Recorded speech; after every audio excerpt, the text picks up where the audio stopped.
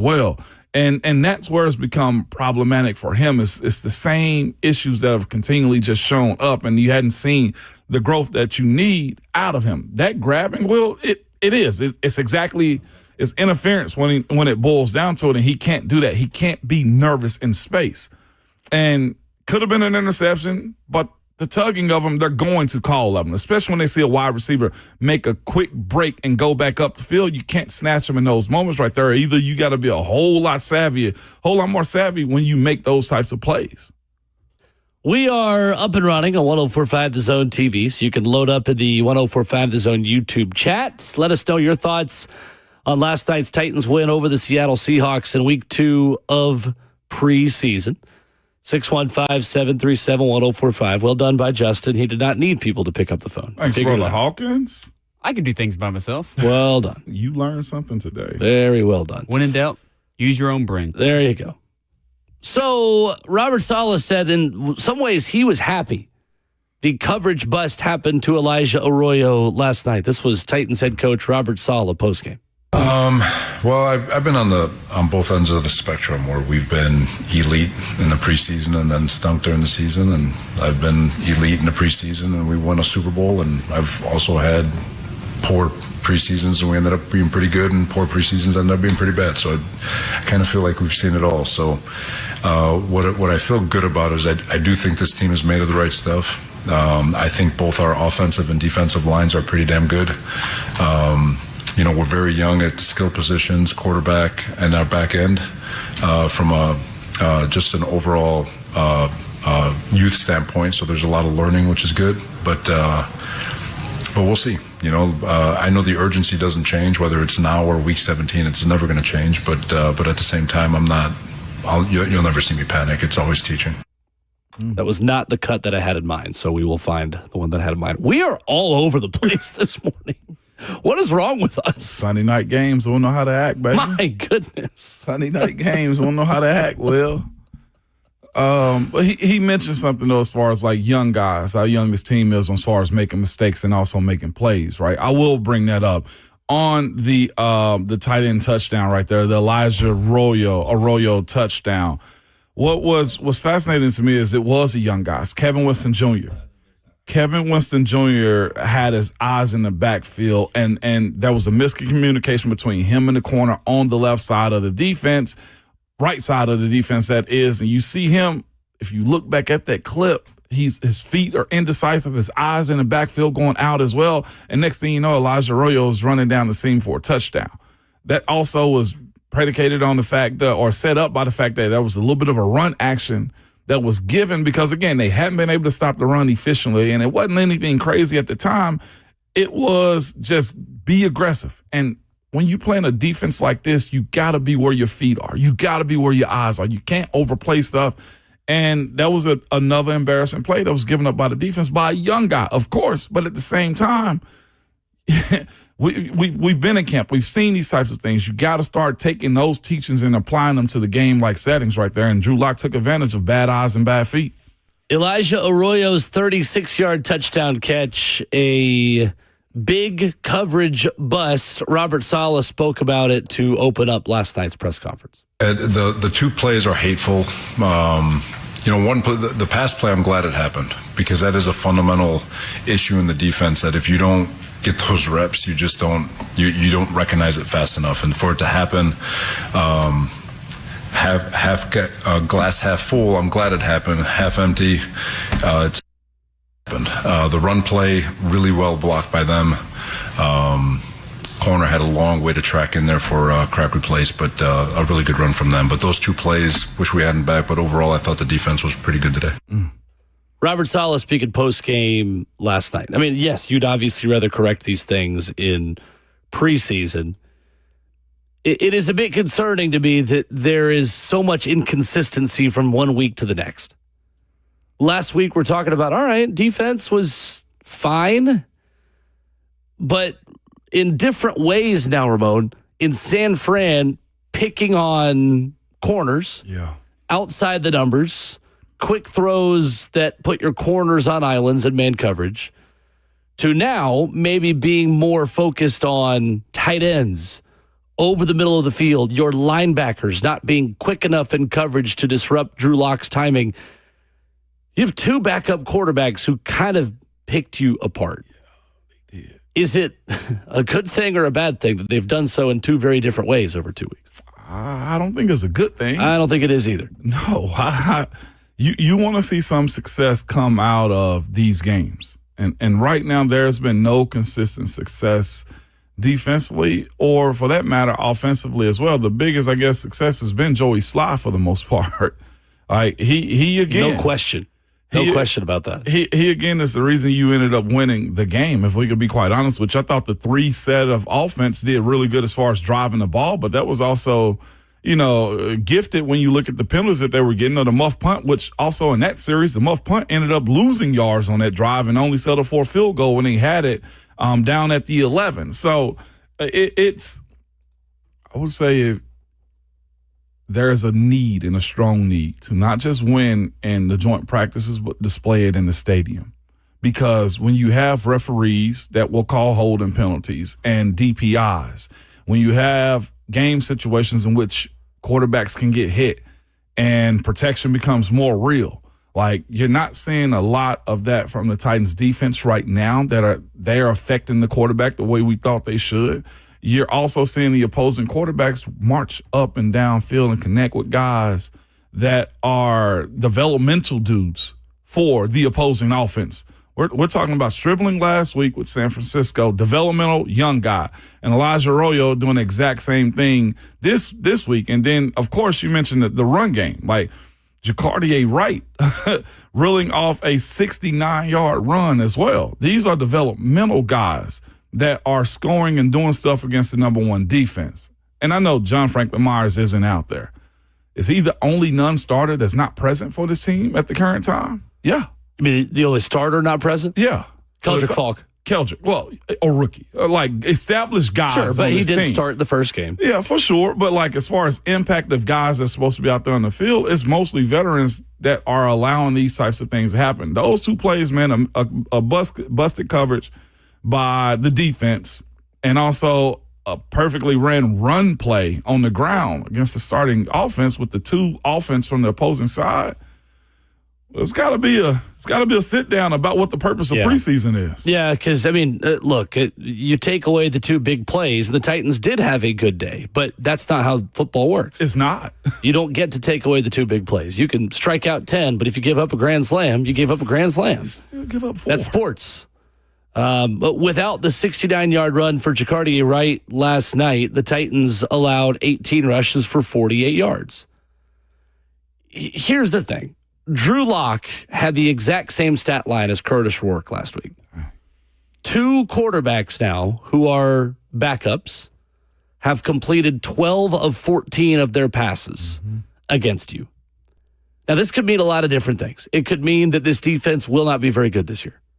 It could mean that this defense just needs a little bit more time to mesh. It could mean John Franklin Myers is one of the most valuable players of the NFL.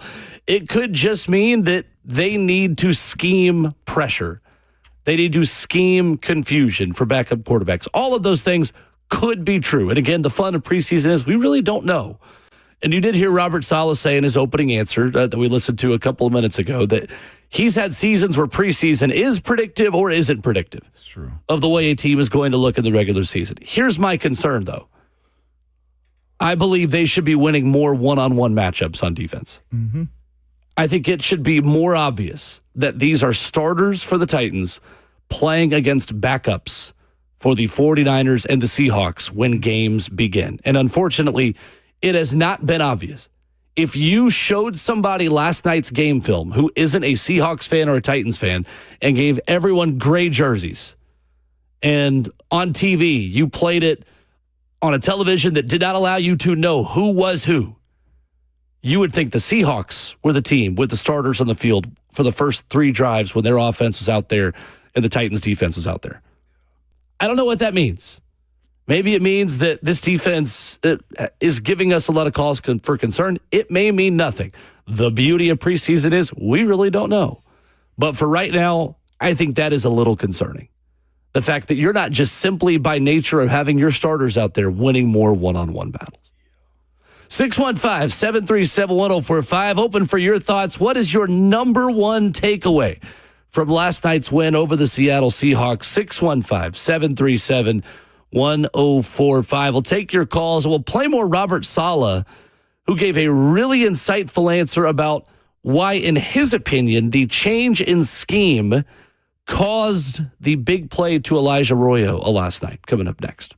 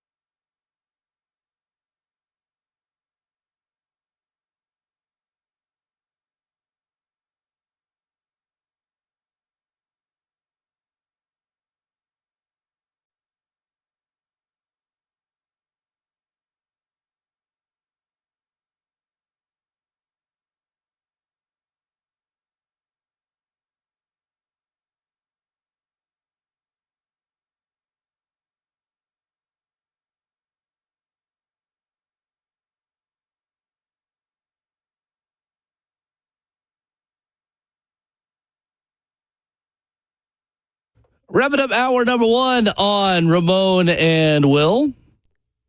615-737-1045. So Robert Saleh spoke a little bit about the Elijah Arroyo 36-yard touchdown catch.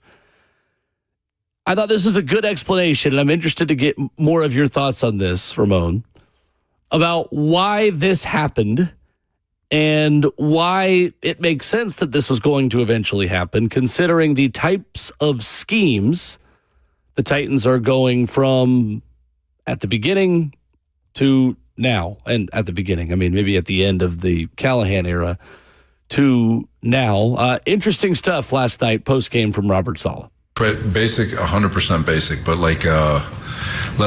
without getting too big in the weeds on whose responsibility that was, but stuff like that happens when you go from a match team to a vision-based team like we are. But there's still elements of match in our scheme, and just bringing that awareness to certain things that pop up. But like I said, I'm glad it happened because it's an easy fix, and for the player to feel that, it's like one of those, I get it now. And so for Kevin and Hook and all the safeties and all the corners, and the way they communicate those little simple exchanges, it's a really cool aha moment. Unfortunately, it happened in a game-like atmosphere. Thank God it was preseason, but 100% will get fixed. Robert Saleh yesterday. Ramon, what is match defense? How do you explain that to our listeners? Whether you're playing two-man or man-to-man cover one. If you look at Seattle last night, it looked like they was in a bunch of single high, which means they was mostly match-up man-to-man in those situations right there. So man-to-man versus zone, basically is what he's getting at right now. If you look at the replay of that particular play and the two guys that he mentioned first, he went Kevin and he also went Hook. The safety's got to be good with their eyes, especially if they know this. Like, this is not your responsibility, this zone right here. Kevin came down bad. The Arroyo was running past him. He bit on the run action and outside route that the Seahawks was running, and he ran straight past him. There was no safety. Kevin, that's your zone right there. Be where you're supposed to be in that zone. You can't do too much. Again, if he's used to helping his guys at the line of scrimmage on the breaks right there, then that's where it becomes super problematic for him. The stuttering of his feet, the shuffling of his feet shows the uncertainty of this defense that he's also calling out.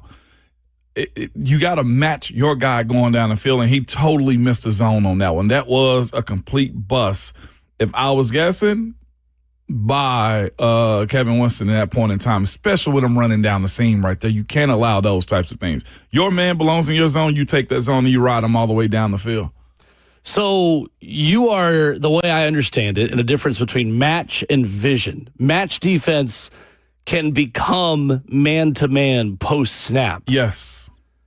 Vision defenses, you are dropping to a spot on the field, and you are playing more traditional zone coverage. Robert Saleh is saying there are still elements, though, of match within what we run. And this is a moment where you have got to then get out of that zone and make a check and say, this is my guy. I've got to follow this route. And then all of a sudden now Elijah Arroyo becomes your man. You take your responsibility. You see, as he's talking about vision right there, he's looking at everything except Elijah Arroyo on that play. If he matches his eyes to his guy right there, Arroyo, that's running into his zone, he bails and runs with them. And then you also, I think it was the outside corner, was it Alante on that one? Alante takes the outside wide receiver in that situation. He lost vision of the player that was running right past him on that said particular play. And again, it was also matched with a little bit of run action. And I'm not sure if he bid on that because it wasn't that crazy of a fake. He just simply was bad on that play. And you hopefully the next time they see that, because it will be attacked. There is no way this said play will not be played in week 1 against the Jets. If he got you then, they got to test it the other time. 615-737-1045 is our number. Mike in Cleveland on the phone. Good morning, Mike. Morning, Mike. Yo, what's up? Oh. I know I probably just made the lady up here at the weigh station upset, but she'll be okay. But to answer your question, of course, the defense looks like a a huge problem. But they said it during the broadcast also. It seems like more teams is going to the traditional smash mouth football, running the ball up the middle. You know what I'm saying? Slowing the game down, all of that. And I'm just worried that us focusing so much on the pass game, focusing so much on wide receiver play and all of that, if we going away from what we did best, and that was smash mouth football, running the ball. I'm so happy we didn't get rid of Pollard. I was not somebody who was saying, like, we can trade him, we can let him go, because on the for real, he looked like the only starter that was ready, for the season. So, I mean, I don't know if y'all can just, answer that, talk on that. If we go back to really putting emphasis on the run game, if that, you know what I'm saying, get that run defense playing better, you did. But other than that, man, y'all have a blessed day, and check out my album, Spirit Bread. Yo. Thank you, Yes, Mike. sir. I'm kind of confused by the question a little bit. Is he asking, are the Titans practicing enough run defense? Both sides. The way Seattle was able to run the ball downhill on the Titans that set up the entire offense. Oh, okay. And the fact that the Titans the perception is that this is about the development of Cam in the passing game. Going to get Carnell early, getting Wandell in free agency, getting away from the roots of ground game. I mean, I don't know. I feel like running on offense and defense is kind of the thing they do best right now. Running, yes. So that's the run I feel offense like, and the run defense, I think, is the thing that I feel best about at this point. and we've also, I will say this as a show, I know Ramon and Will have been saying, like, this team still needs to be set up by the ground game and the fact that Cam needs to be a secondary option in this. For now. There will come a time when the offense is built around Cam Ward and Cam can cook.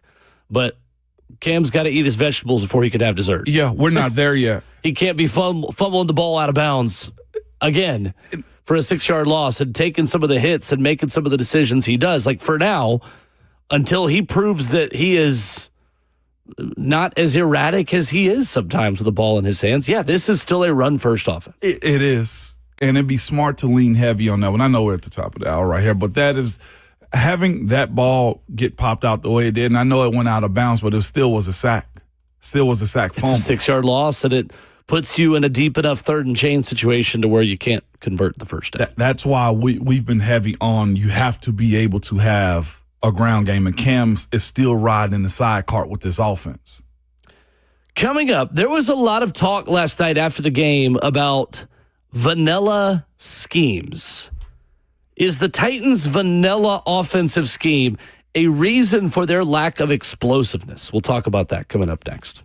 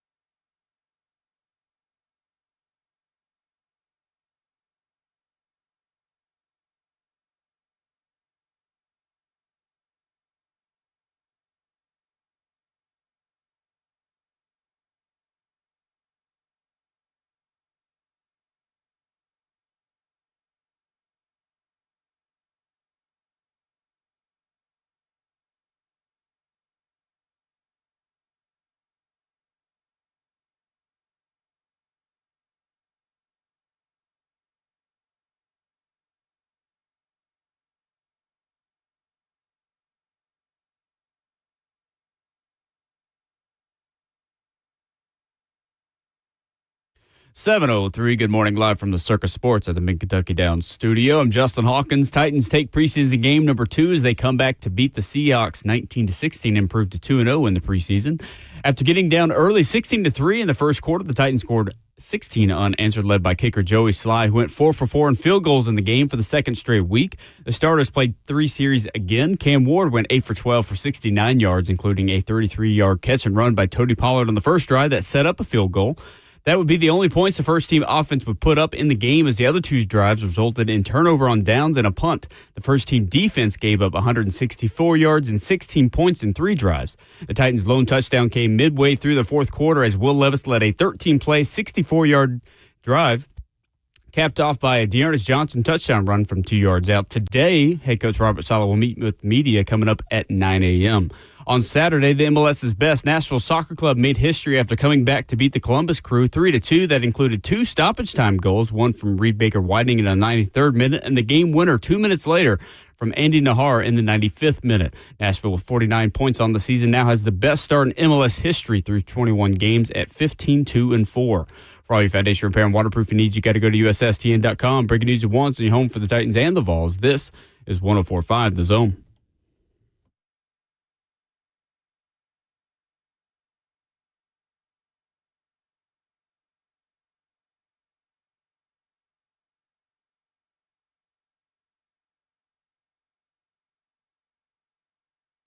Away we go into hour number 2 of the program this morning, 615-737-1045. How you join us in the F and Big Chat, Facebook Live, YouTube, Twitter, or Twitch with the 11-year NFL veteran and Titans radio analyst Ramon Foster. I'm Will Bowling. Justin Hawkins is our producer. You talk to him to talk to us.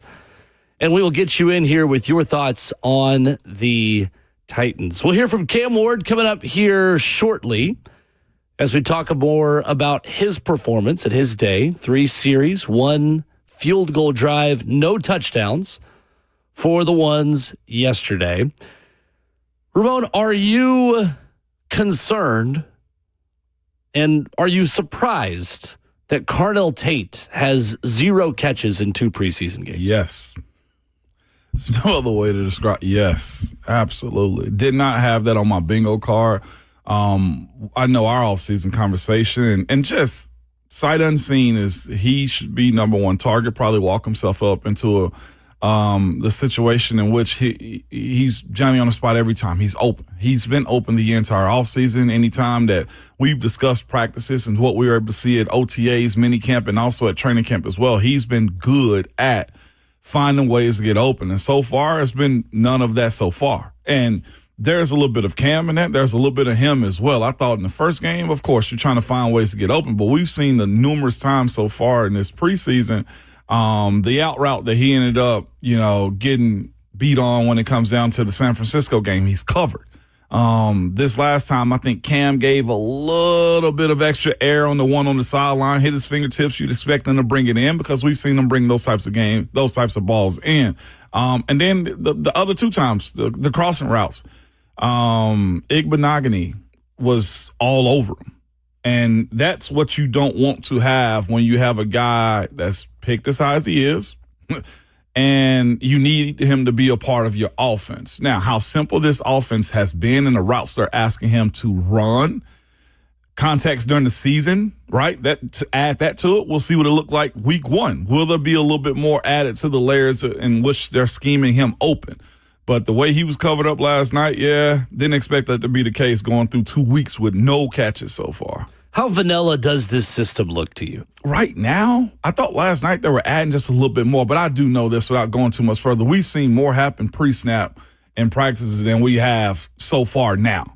And and that's why I think it's mildly concerning is because as vanilla as it has been, you want to see him be able to get open, right? Like, where's your breaks? How are you separating coming out of those breaks right there? Why is he still attached to you? And you could definitely tell those plays were schemed up for him. Now, get open. And that part of it to me is just you got to find a way. We're watching other wide receivers do this against your starters. These guys are backups. We're talking about a failed former first rounder that's able to cover him and make a claim for himself as being a valid corner in the league so far. Noah Igbenogany, the man you were mentioning. Yeah, no doubt. I'm not worried, but I am surprised. That's kind of where I am on Carnell Tate today. I'm not super concerned about Carnell Tate's lack of production. You'll hear Robert Saleh talk about it here in just a minute. The only concern I have stems from the fact that it hasn't looked like this in practice. No, it has not. So what does that say about your corners? What does that say about your defense? Yeah. We'll see. I think, again, we are getting a lot of things to watch and to react to, and it's not overall consistent what that means in the context of regular season football. There are times where scheme really does matter this much. There are times, to me, Ramon, where sometimes you get a glimpse into, oh, well, maybe this is just kind of who we are. I don't know yet. But I'm looking forward to getting answers to a lot of these questions when the regular season starts. So how long do we – that's a real conversation, but the concerns are real right now as well, though. Very real. Right? I'm 100% with you. We got to wait till the regular season. You don't show all your cards on the first hand. I want to fill this table out with poker, right? Let me see who's really good at this. But – the success needs to be had. So the question you're asking is, at what point then do we start to have real takeaways and get real answers? Yeah, because the carryover, if you're experiencing that right now, week one, if it's more of the same, then is this just who you are? Like, there needs to be a switch that has to happen, I feel like, going into this game. And this is another good defense with an experienced quarterback. Heck, do we need to start looking up the backup quarterback currently for the Chicago Bears at this point? You know what I'm saying? Like Tyson Bagent. Shepherd University. We in on Tyson Bagent this week. He is a pretty good backup, all things considered. You see what I'm saying? So, like, the practices, yes, Titans have done well in those. But I think when you look back at the joint practice on Friday, the completions were exactly where they were in the game as well, as far as underneath quick routes for Cam. So 2 to 3 weeks, regular season, when we start to get real answers to these things, or are we getting real answers now? Just waiting to see. I don't want to say yes or no on that one, right? But like, sure, not every learning curve is the same.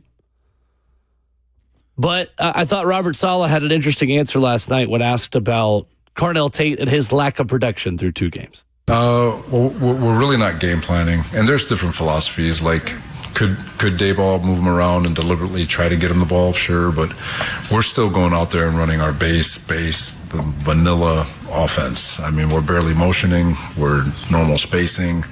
We're not exactly making it very easy for our players to go execute, but at the same time, that's not what this is for. There'll be a time to game plan and scheme people open, but right now it's just about going out, executing the base fundamentals of what the scheme is supposed to be, both in all 3 phases. And when it gets time to game plan and get people the rock, we'll get them the rock. Ramon, though, are the Seahawks game planning on defense? I wouldn't think so. But here's the difference, though, in the few, sure, other than Mitch. Right. Drew Lock is a very experienced player. Yeah. I got to give that to him. But I'm talking about the Seahawks defense against Carnell Tate. Nah, I just think against the Titans.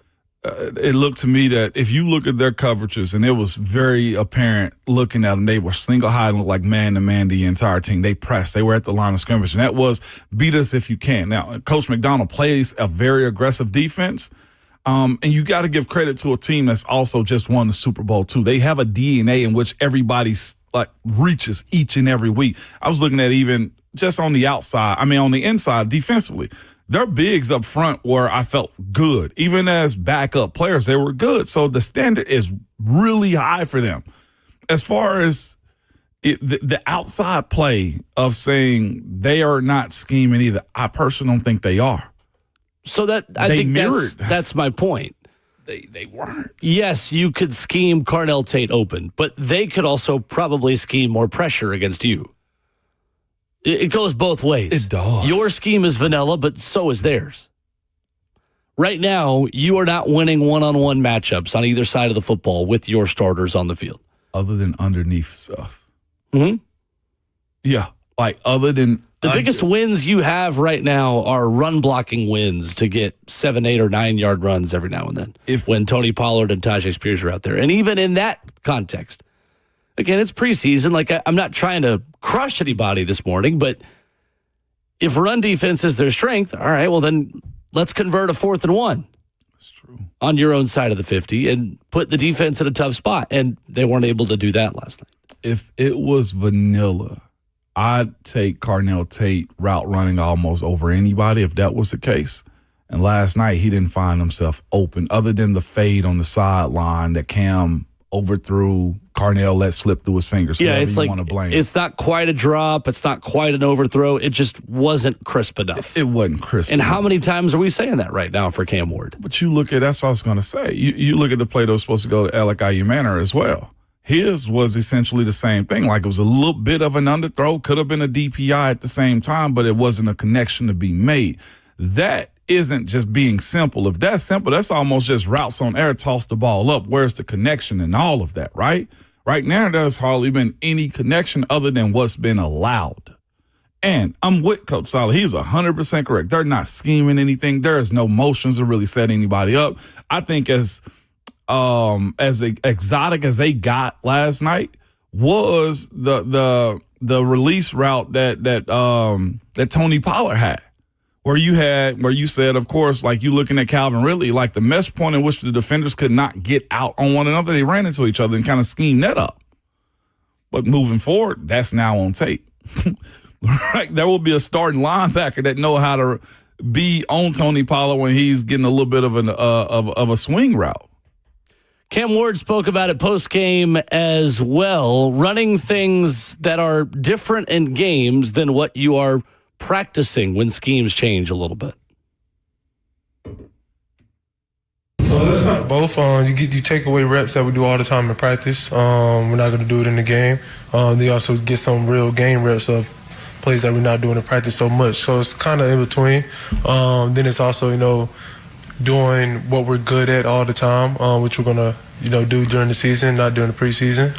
But it's fun because you get to, you go through highs and lows of a game. You see the competitiveness atmosphere that we all have, and we all just eager to make those plays, and we will. So that is some grace, I think, that could be given here. Whether you are willing to give it to Cam in the offense or not, that's up to you. But Cam Ward, Ramon, is telling the media last night, at times we're running stuff in preseason games that we're not practicing. Because we're practicing our scheme, and then we're going to do something else in the football game. Understood. But there's still a level of, I got to beat my man, that has to happen. Right.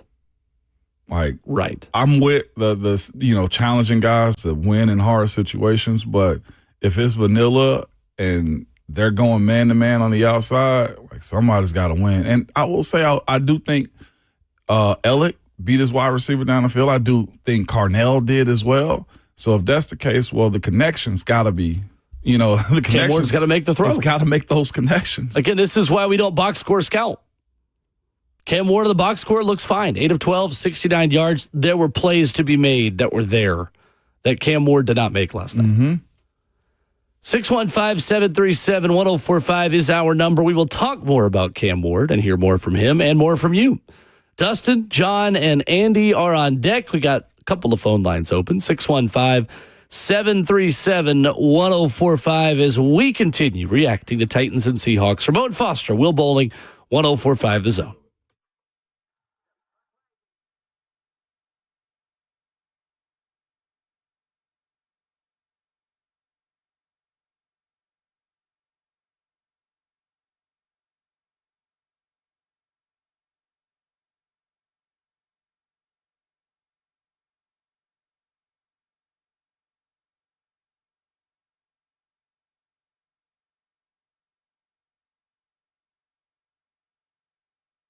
What's going on? It's Will Bowling. Do you have a plumbing issue at home?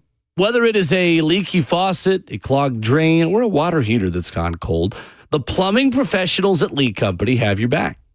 Available 24/7 year-round, Lee Company's licensed technicians can save you time, money, and all the stresses that come with an ill-timed plumbing issue. You can contact their award-winning team at leecompany.com. That's leecompany.com for all of your plumbing issues.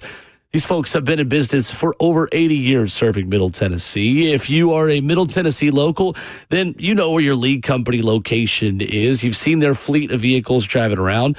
And if you're new to the area, you've probably seen their signage as well. Maybe at Little League events, at Titans and Predators games. They are very involved in the community, and they're available 24/7. So when something isn't working around the house, you can get Lee Company out there quickly to take care of your problem. Contact their award-winning team at leecompany.com. That's Lee Company, all you need.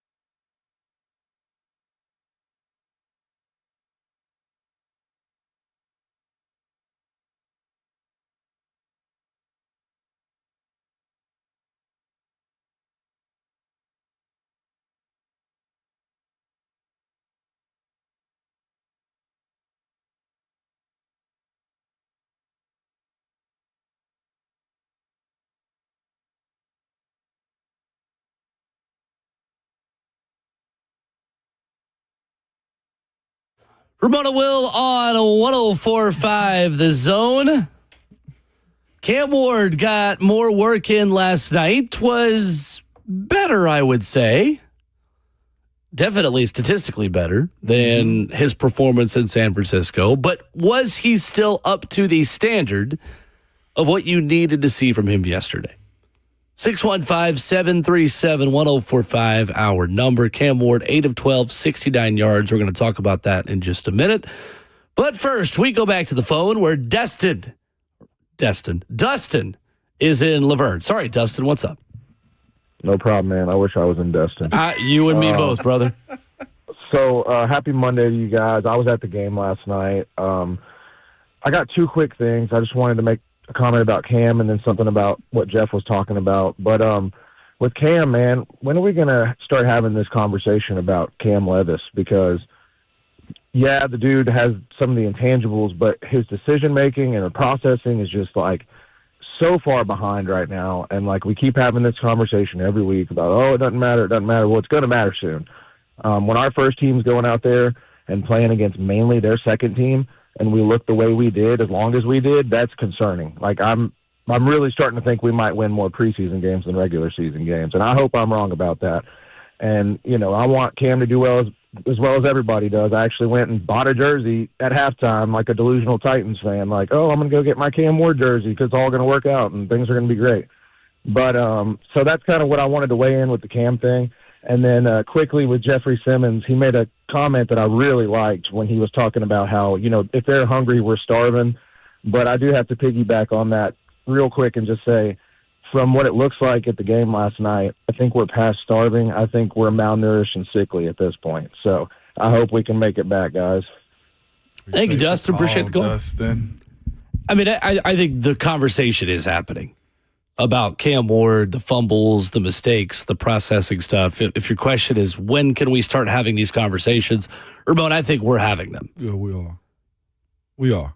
There's no way around it. Like, there's been 2 stadium performances, and again, comparing them from one quarterback to the other, like most preseason games, coaches aren't giving you a whole lot of flair, right? As far as, hey, setting up a game plan, setting guys up to be successful. Either you are or you aren't. Like, whether it's the offensive structure that they're calling plays, like, hey, this is just what we run and it's simple.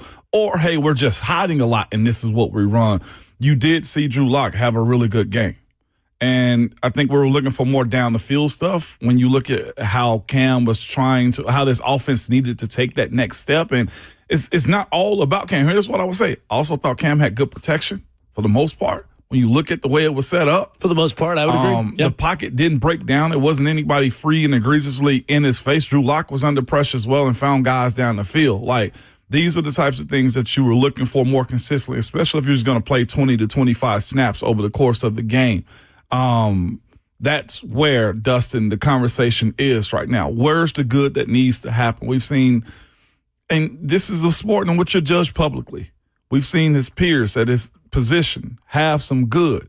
Like, the good that Cam have was what the Seahawks, again, I feel like allowed him to get in those moments. Now, that is a part of the game plan. Don't mess it up. But when it's time to go down the field and hit your wide receivers on the flag route, like, where's that connection? When you look at the plays that didn't happen because the ball was thrown short or just a little bit over Carnell's tail, or whether Carnell should have, you know, if it touched your hand, you should grab it. It's the philosophy when it comes down to wide receivers.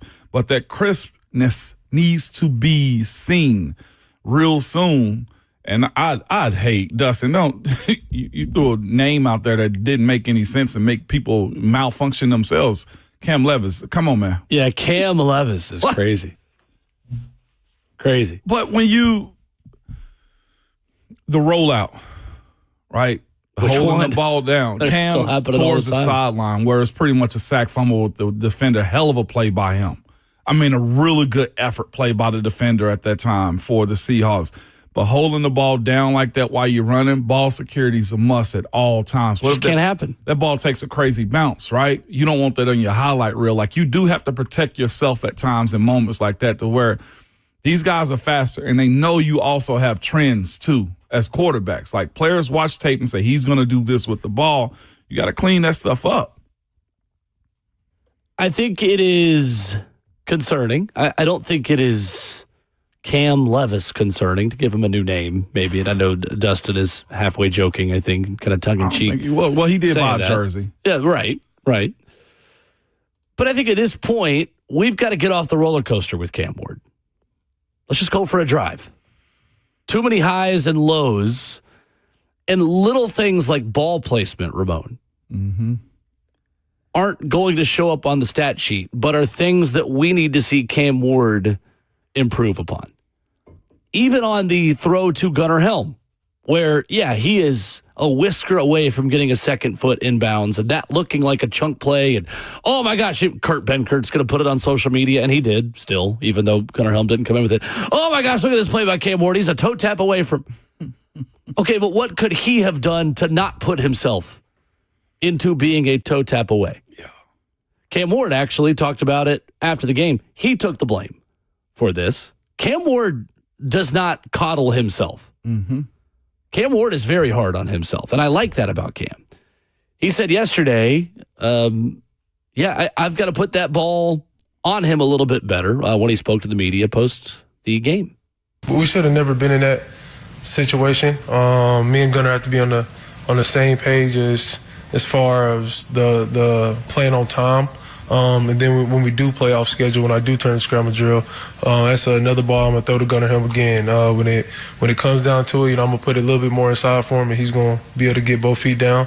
We're gonna connect on it, but we go through things. You got to go through things right now. That way, you can try to minimize as much, when the season does start. So, it's a good and bad with it. But me and Gunnar, we're gonna for sure make that play again. Cam Ward speaking yesterday. Yeah, as he said, he shouldn't have been in that spot, but that's the part that got Cam drafted as well, his creativity along the sideline. Like that play you wanted to be made, the one you don't want to be thrown, is the one that he threw to Gunnar Helm early in the game where he almost got his ribs broken on that play. It was one up in the air, linebacker came down. Like it's those quick, decisive ones that I feel like defenses are going to try to bait him in, and he put his guy in a position that Gunnar got popped. And he wasn't hurt anything, but the hit looked ugly as he was coming down. That's the exact kind of play I'm talking about. Yeah.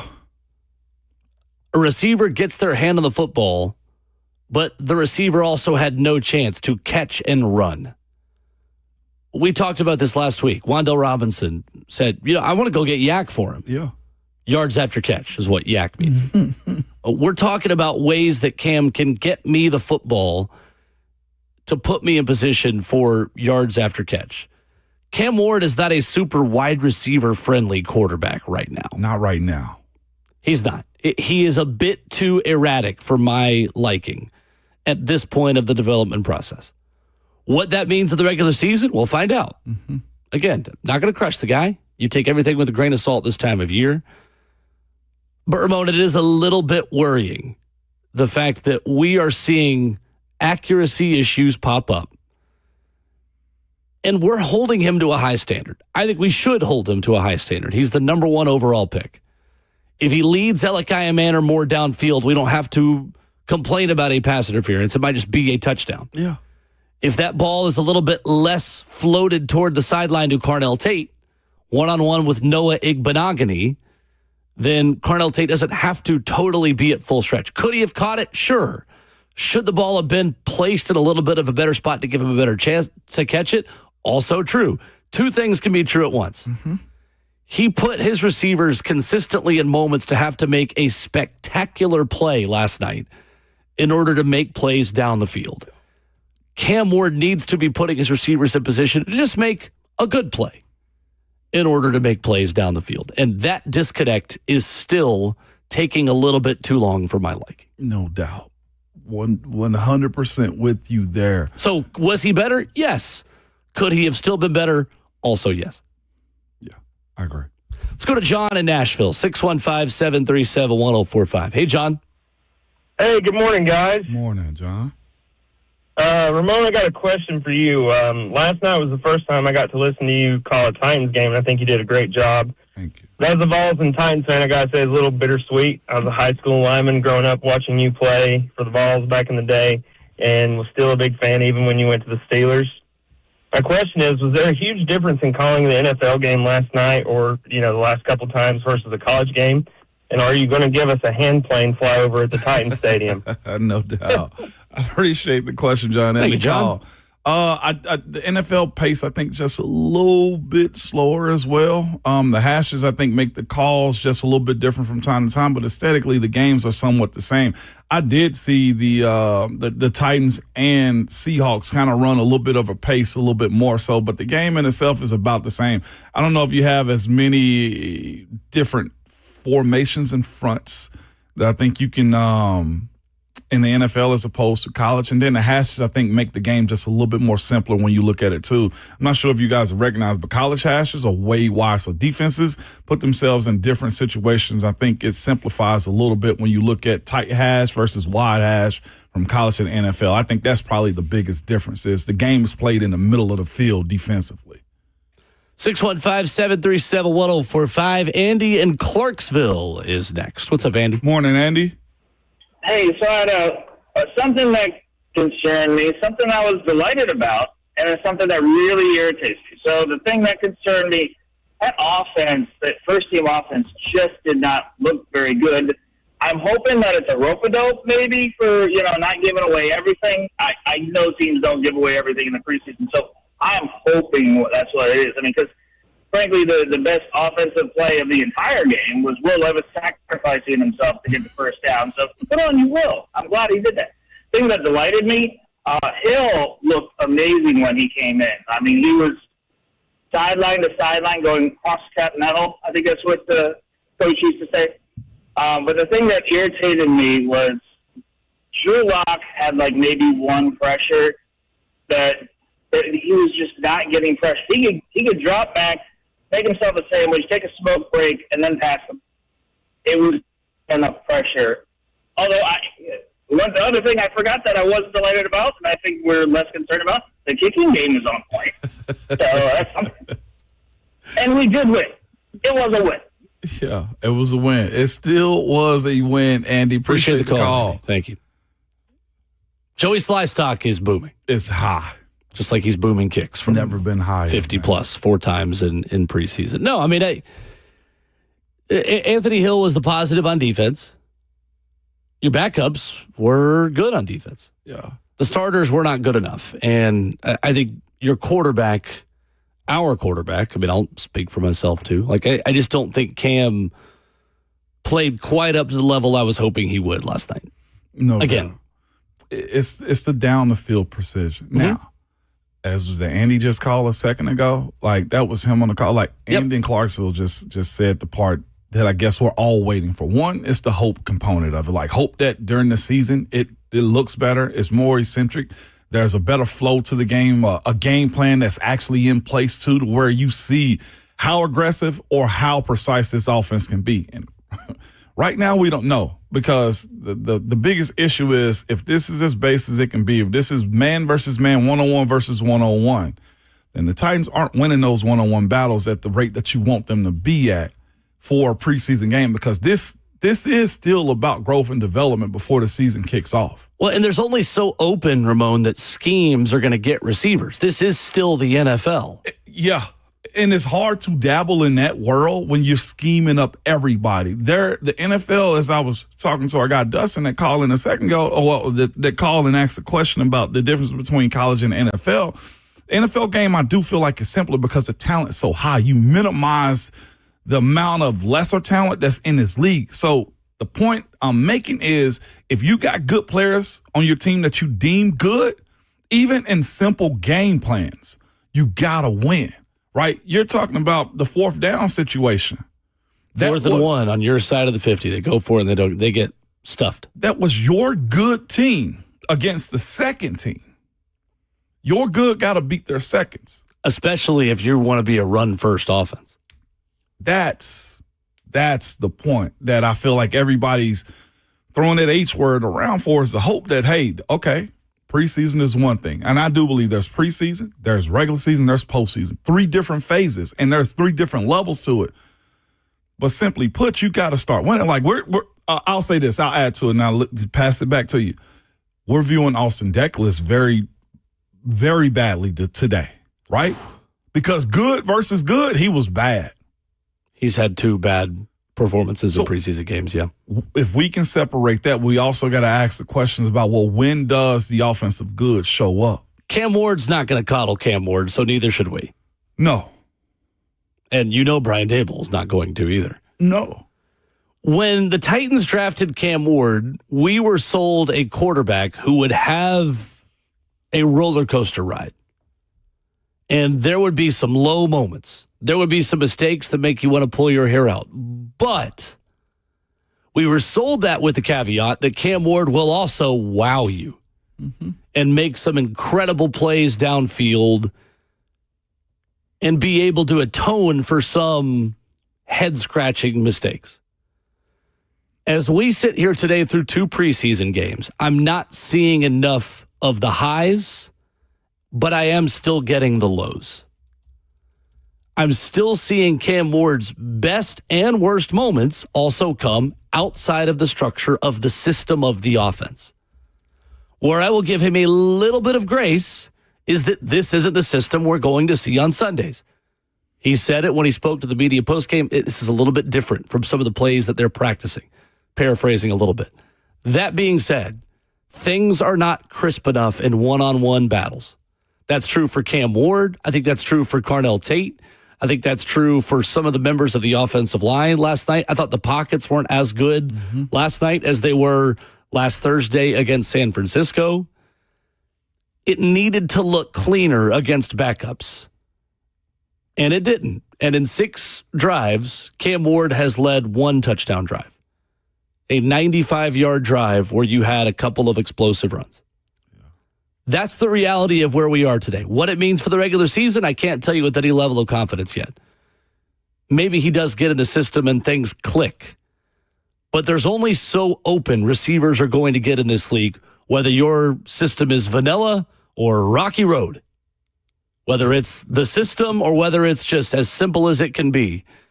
The system is not going to save you, and I think we need to see a little bit more consistency from Cam Ward in order to feel confident that he's ready to take a big step into year 2. Wide open for your thoughts. 615-737-1045. Nolan and Ray up next. You could be after them. 615-737-1045. Ramon Foster, Will Bowling, Ramon and Will, 1045 The Zone.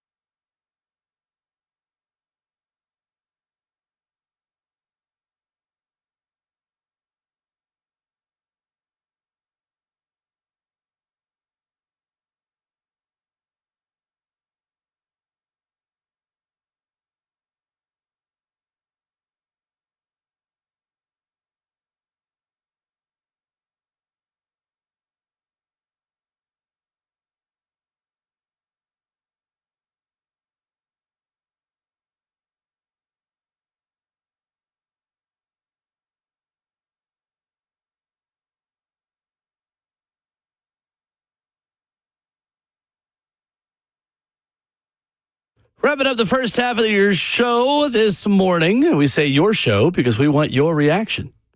Here on Ramon and Will. Loaded phone lines. Got a couple more open if you want to get in there as we go rapid fire to your reaction to the Titans' win over the Seahawks that does kind of feel like a loss this morning with the way the starters played while they were in the game. Nolan is in Nashville next up. What's up, Nolan? Morning, Nolan. Good morning, Titans fans all over the world. Good morning. Good morning. So I just want to say, yeah. So I'm not impressed like everybody else. So I'll set that on the table first. But it's still early, and there's no excuse for all the small details that we're talking about this morning. But how many times have we seen in preseason, a franchise that don't look too good or don't look that good and, turn out to have a pretty decent season? Yeah. Or, a playoff season. And, you just didn't see it coming in preseason. So you don't see a lot of reaction from the head coach and from the offensive coordinator who have experience. So, after these performances, they're not pressing, for some reason. And so I like to feel like, okay, maybe they are being reserved with their play. And I'm talking about the starting team or whatever. Maybe once the regular season kicks off, we're going to see a more competitive and a more aggressive product or a more crispy product. But I do like to see more. I do want to see more, like you say, Will, more crisp passes and, the Cardinal Tate to the, tight ends, like just a, more crispy, more yeah, we got you, Nolan, for sure. Appreciate that, Nolan. For sure. We got a lot of folks on the line, so we'll move on to our next caller here in a minute. We loaded, Nolan. Totally get it. Yeah, it's not always an indicator, Ramon, this time of year of how the season's going to go, but we also want to see more from starters because not everyone's playing their starters either. This team is, and that's why sometimes preseason can be a cloudy indicator of the way the year goes is because starters aren't playing. No doubt, but here's the other part of seeing or being optimistic about the start of the season though too is the idea that you're hiding stuff in the preseason, you kind of got to put that to the side a little bit. You want to give everything, but you want to show what you're capable of. And right now you hadn't shown much of that other than the fact of saying to yourself, well, we're challenging our guys in these situations to show us how they can go win and win quickly, right? And there hasn't been a ton of that in situations which you needed unless everything's just been in front of you. And that's the same thing that goes defensively. There were still penalties on the secondary last night. That still hadn't got cleaned up. And, the known suspect, Cordell Flott, was a point of one of those, right? That's the other part that you're judging this off of. That staff that you play week one isn't the staff that Robert Saleh was a part of. This is a totally different outfit, right? Other than some of the players that he may have coached or had drafted come in. The idea that this needs to kind of ramp up just a little bit, this will be the week to do it. Let's go to Ray in Nashville up next. Good morning, Ray. Morning, Ray. Good morning. I got some rapid fire for you real quick. I'm sorry. I'm very sorry.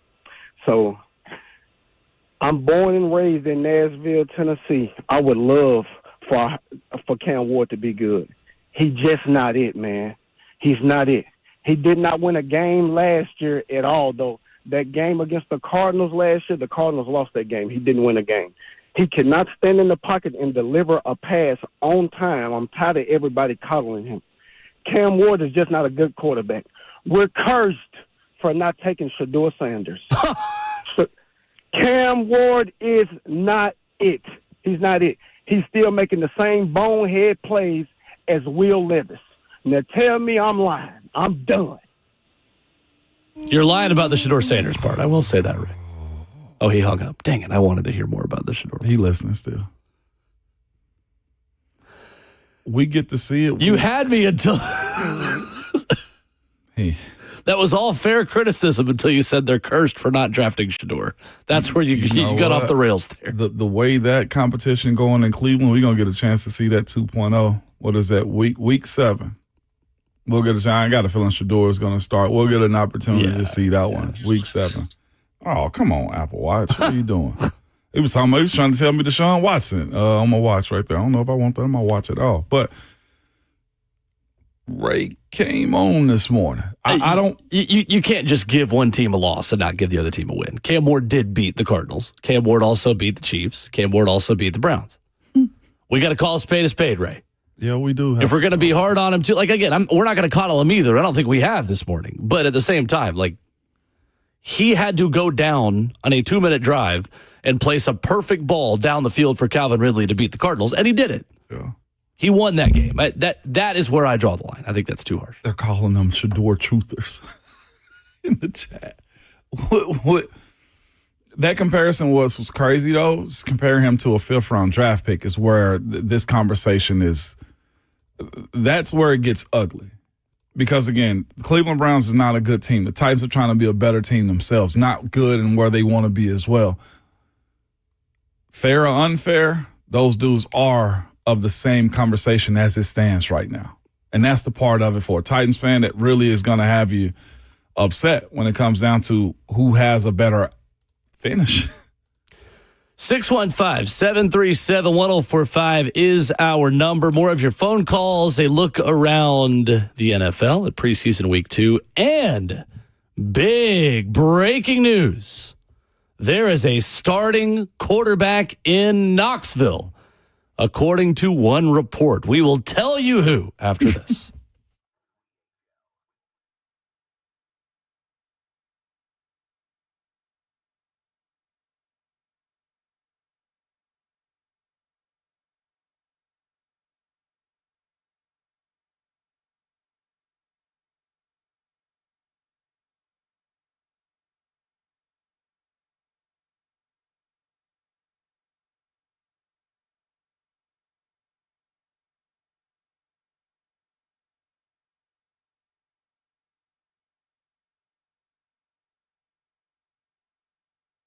If you are moving, you know that there is nothing more stressful in life than moving. And getting that top dollar for your home, capitalizing on this hot real estate market, it's a challenge just because prices are where they are and the real estate market is as hot as it is in Middle Tennessee does not make it easy to get that full value. Well, I'm here to tell you, my friend Bernie Gallerani will take care of you because Bernie Gallerani is the real estate agent with the 30-day guarantee.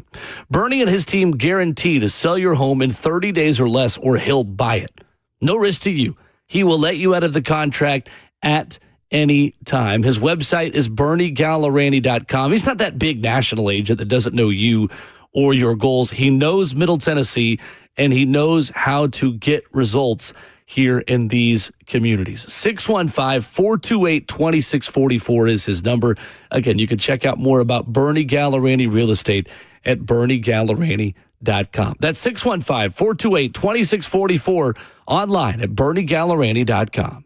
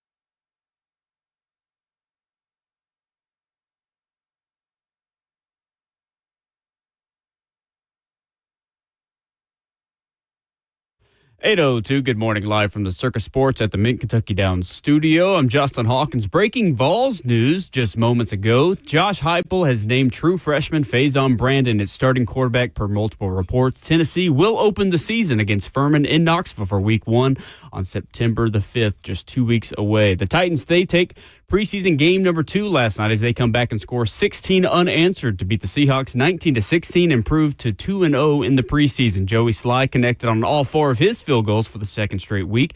The starters, they played 3 series, and Cam Ward went 8 for 12 for 69 yards, including a 33-yard catch and run by Tony Pollard on the first drive of the game that set up a field goal. Julius Chestnut led the Titans with 48 yards rushing, and Titans rookie linebacker Anthony Hill Jr. led the defense with 7 tackles and an interception. The Titans' lone touchdown came midway in the fourth quarter as Will Levis led a 13-play, 64-yard drive capped off by a Dearness Johnson touchdown run from 2 yards out. Coming up today, head coach Robert Saleh will meet with the media at 9 a.m. And on Saturday, the MLS's best Nashville Soccer Club made history after coming back to beat the Columbus Crew 3-2. That included 2 stoppage times goals, one from Reed Baker-Whiting in the 93rd minute, and the game winner 2 minutes later from Andy Nahar in the 95th minute. Nashville, with 49 points on the season, now has the best start in MLS history through 21 games at 15-2-4. For all your foundation repair and waterproofing needs, you got to go to USSTN.com. Breaking news you want on your home for the Titans and the Vols. This is 104.5 The Zone.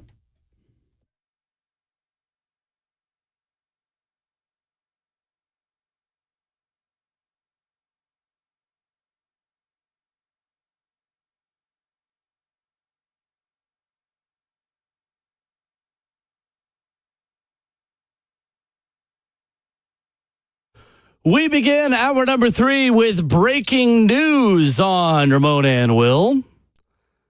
A lot of phone calls and many of you still on the line that we will get to in just a moment. Plenty of Titans thoughts and reaction. Nashville SC head coach B.J. Callahan still to come at 9:30. But, Ramon, we begin the 8 a.m. hour with a breaking story out of Knoxville. According to multiple reports, Pete Thamel, Pete Nakos, all the Petes, Chris Lowe, Tennessee has named true freshman 5-star quarterback Faison Brandon its starting quarterback. Confirmation of what we believed was going to be the case for weeks and maybe months now. Faison Brandon, the guy week 1 in a couple of weeks when Tennessee takes on Furman. Big time. Congratulations to him, man, of course. To George as well. The competition is what it was, and you have Faison, the true freshman, come in. One thing that you can't say is Heupel can't find a quarterback, a young one. They jumped on Faison as an 8th grader, got him into the fold, created a relationship with him, built it up, and he did his part too. I think he's only lost 1 game in his high school career, and I think he won all the state championships as well. 4 straight years of it, at least 3 when he was a starter, if not 4 years as well. He's been that type of guy that's played at a high level a lot of the time since he's been in high school, and he's doing it currently at UT, man. Congrats to him. What happens, during the season or after this season with George is totally up to him and his camp, man. But a competition is what it is, and when it's that tight, you usually go with the younger guy in these type of situations right here. And, I mean, go Vols, baby. Let's roll. I'm excited to see what this year looks like for Faison Brandon, a player with elite physical gifts, who we are told has terrific arm strength, has made more plays downfield through fall camp, and I think through a lot of spring ball as well. I think the really exciting thing is we still don't even know how elusive and how athletic Faison Brandon can be as a college quarterback because he can't get hit right now. Right. And so I think there is an element here that he could be even better in games than he is in practice, because of his ability to turn nothing into something and escape the pocket, make plays on the run, and get away from a pass rush. There are obvious concerns and red flags about starting a true freshman at quarterback in the SEC, especially when you consider some of the defenses that he will see. But from everything that we know, Ramon, Faison Brandon won the job. Yeah. And went out there and took this thing from a player in George McIntyre who had 1 full calendar year more experience in this system. I don't think George has been bad. I just think from everything that we know, Faison Brandon has been that good, and that should excite you if you're a Tennessee fan. It absolutely should, especially as a true freshman. The other part, too, is the optimistic side of, hey, Josh Heupel has the opportunity to keep the same quarterback for 3 years in a row if all things go well.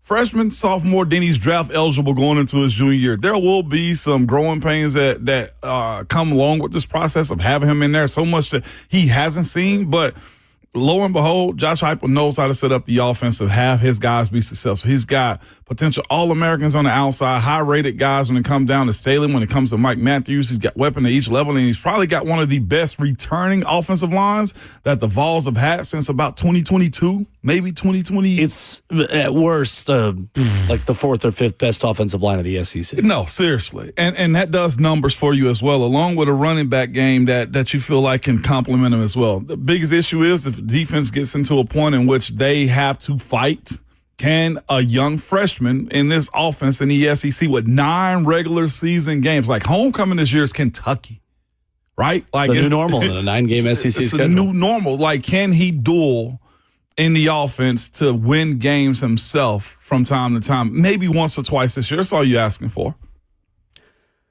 All right, there you go. Faison Brandon, starting quarterback. Go Vols, baby. Austin Price will join us for his weekly visit at 8:20 tomorrow to talk about it. 615-737-1045, Titans 19, Seahawks 16. We go next to Thomas in Nashville with his reaction. What's up, Thomas? What up, what up? What up? So, I'm going to play devil's advocate a little bit, but not too much. Do y'all think that Cam's shoulder injury could be throwing him off on his passes? Then I say, as far as some of the calls last night on the secondary, they did look bad as a whole on defense on the first string, but some of those calls were crazy, like the what they call like a pass interference or something like that. Yeah, the 5-yarder. And the last thing is, so the last thing is, dude, there's no reason Anthony Hill shouldn't be starting. Like Cody Barton, I get he's a veteran and all that, but brain it. Like it's a glaring difference. Like he's a good leader. It's probably cool to have him on like the team, but he don't need to be starting. And I hang up and listen. Thank you, Thomas. Appreciate it, Thomas. Starting with Cam, he is 100% healthy. Yeah. Been healthy. I think we got to leave the shoulder injury back in last season. I do not think that is a thing that is happening at all. Not even a part of the conversation. And for reason why Cody Barton is in, I mean, he's still the defensive play caller. I don't think we can underestimate how important that still is to this team. Got to have patience. We got to keep our powder dry on rookie linebackers making plays against Jalen Milroe. Like, and it's not just Jalen Milroe. Like, yes, Anthony Hill Jr. made plays in practice against better players and better quarterbacks. Anthony Hill Jr., I think, is going to be a really good football player and is starting to emerge. But I think sometimes we are way too quick, Ramon, to replace the veteran who is still starting for a reason. If it was that obvious, he wouldn't be out there. You see some plays that you hope he can make against starters at some point in time, though, is what I will say. Mm-hmm. I agree. The pick, really good, right? When you watch him make plays and stuff like that, I thought he probably, besides Joey Slides, probably, and Julius Chestnut, had the best showing. Like, hands down, those 3 guys had the best showings as well. And the part for me is this. I love the tandem that him and James Williams are having. When watching Anthony Hill and James Williams on the field together, James looking like he really understands this defense right now, but those two together have been really, really good, man. So I'm looking forward to watching that group grow. Titan Jones is next. Good morning, Titan Jones. Morning, Titan Jones. Oh, what's going on, y'all? Good morning. So, man, look, I'm going to be real with y'all. I've been a Titan fan my entire life, bro. And I've been hearing people talk about how bad the defense looked yesterday. Man, the defense, I'm going to be real with y'all, bro. I'm going to keep it 100%. It's their defense, bro. It's to the point with me. I don't care if the defense take 10 steps back. As long as this offense can finally take a step forward, I'll be okay with that.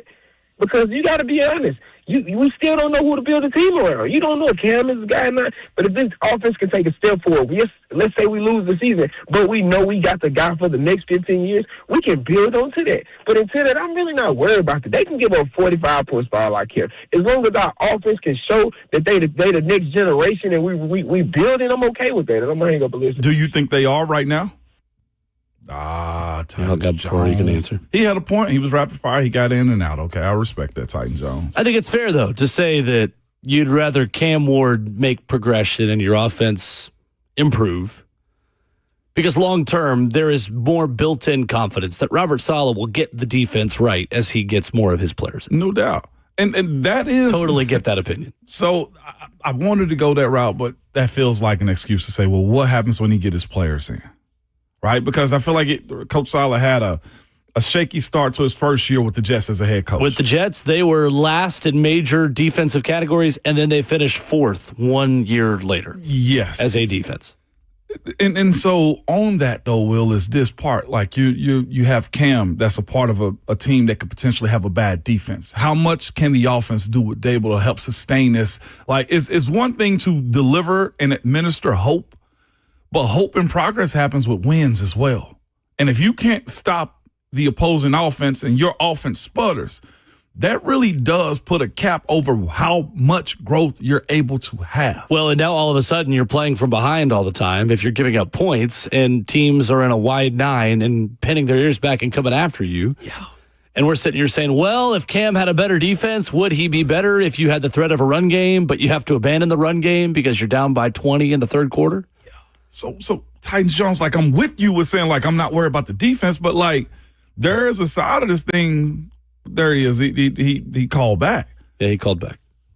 What's up, Titan Jones? What's going on, man? I heard your question, and what was you asking me again? I was asking, do you think the offense is making that progress where you can have something to lean your hat on for the next 15 years?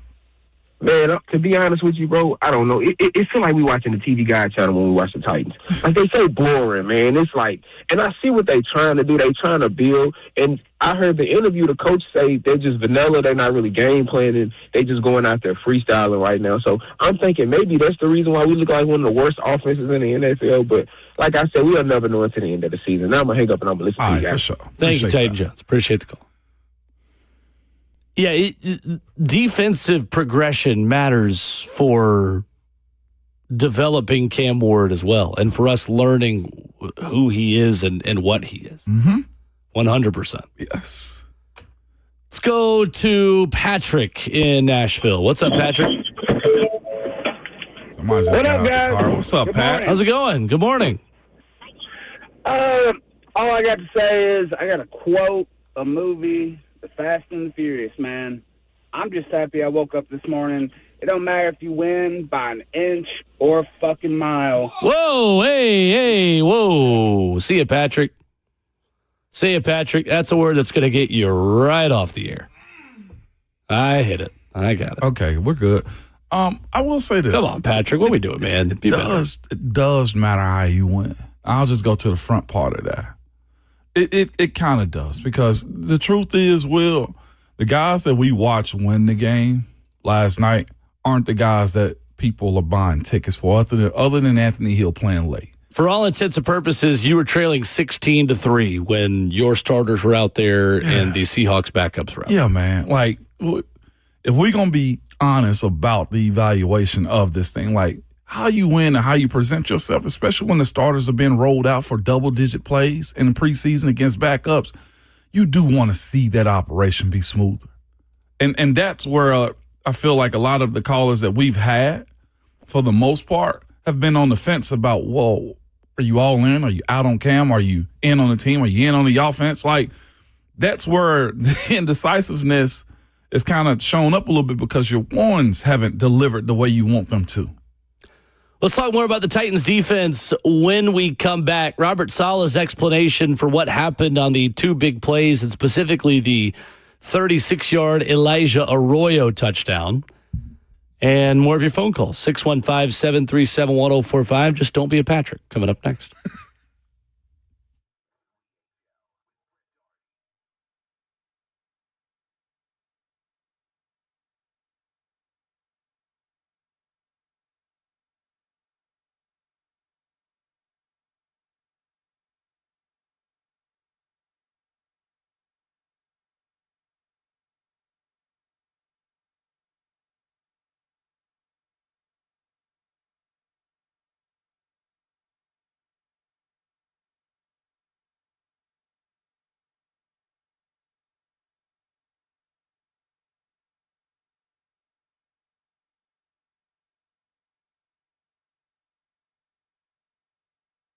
We are so lucky to have Genesis Diamonds here, good people. It's such a cut above other places and far and away the leader, the dominant player when it comes to engagement rings and fine jewelry. Y'all, they got so many nice things. They're like an amazing store. Great people who really care, top-notch quality, unbeatable selections, and zero pressure environment with no commission salespeople. But the best part, the value, the prices, the fact that you get a bigger, better diamond for less. Nobody beats their diamond prices, and this is why Genesis is such a disruptor in the jewelry industry. They are the category killer. Remember, Genesis Diamonds was started by former diamond wholesalers and diamond cutters. They have connections that go back for decades, and every diamond is handpicked using the highest standards. Get the deal you deserve on your diamond. Genesis Diamonds, okay? And don't miss their expanded selection of luxury pre-owned Rolex watches, all the hard-to-find models, too. Check them out. They are Genesis Diamonds, where extraordinary service, unmatched quality, unbeatable value, unrivaled selection, and the best part, no compromises. They're located in Green Hills and Cool Springs.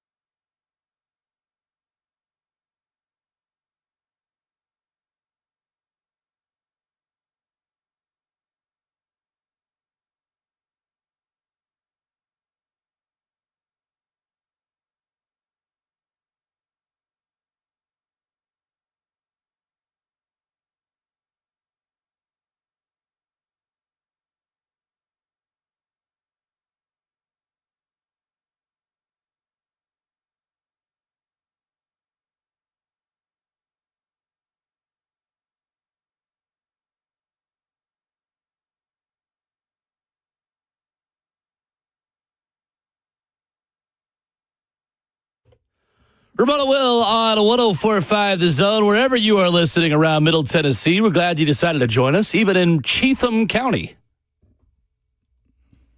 Cheatham. We know it's Cheatham, guys. Cheatham. We're gonna have to get Christy You're close. a note that it's Cheatham County. It's okay. It happens.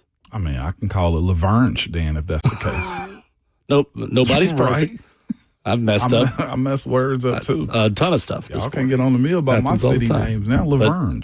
Cheatham. We know that you are Cheatham County. Ramon, what happened with the Titans starting defense last night? What happened on the 69-yard run? Let's start there for Jacardia Wright on the second possession for these Seahawks starters of this game, but really Seahawks backups who made it look really easy against the Titans defense. I saw a little bit of both overplaying and wait and seeing, simply put. I thought coming down, crashing down into the box, you had the safeties that overplayed it because you had, what's the defenders? Jacardia Wright, step left, started left, and cut all the way across the right side of the field. On the outside of it, you had Alante Taylor's wide receiver go down into the box to block the safety down into it, and Alante was flat-footed on the outside waiting to make a move, and Jacardia cut right inside of him and ended up beating, if I'm not mistaken, Amani Hooker down the middle of the seam. He wasn't touched on that play.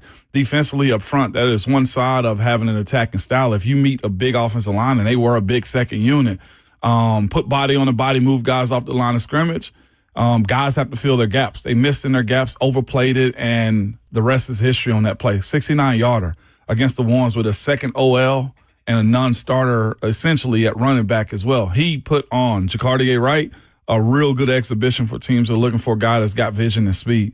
That was not good execution of that said play. Coach Sala called it a perfect play, and it was, Will. Man to a man, big on big.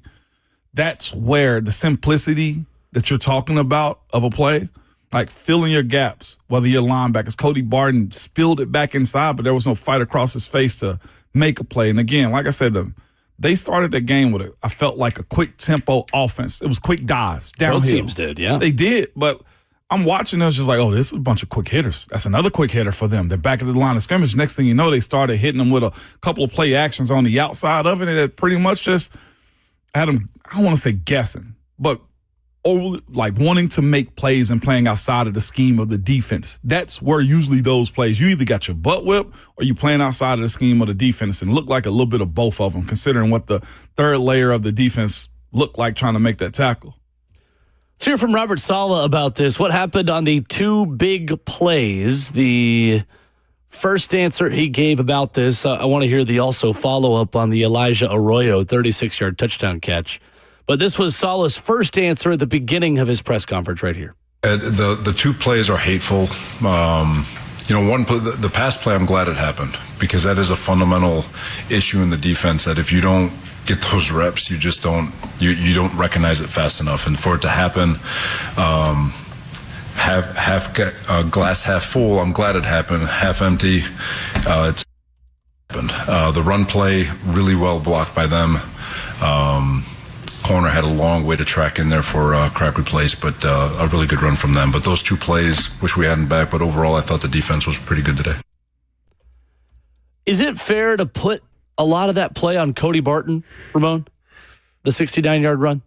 I mean, the way this play was set up and looking at the replay of it, he spilled it back inside for where the ball was going. I give a lot of credit to Jacardia Wright on peeling it all the way back, but you also had defensive linemen, whether they were double team and not splitting the double teams, which they work on in practice, or guys that beat their man to a man up front. Like, this defense is strongly on, like, I feel like the front four.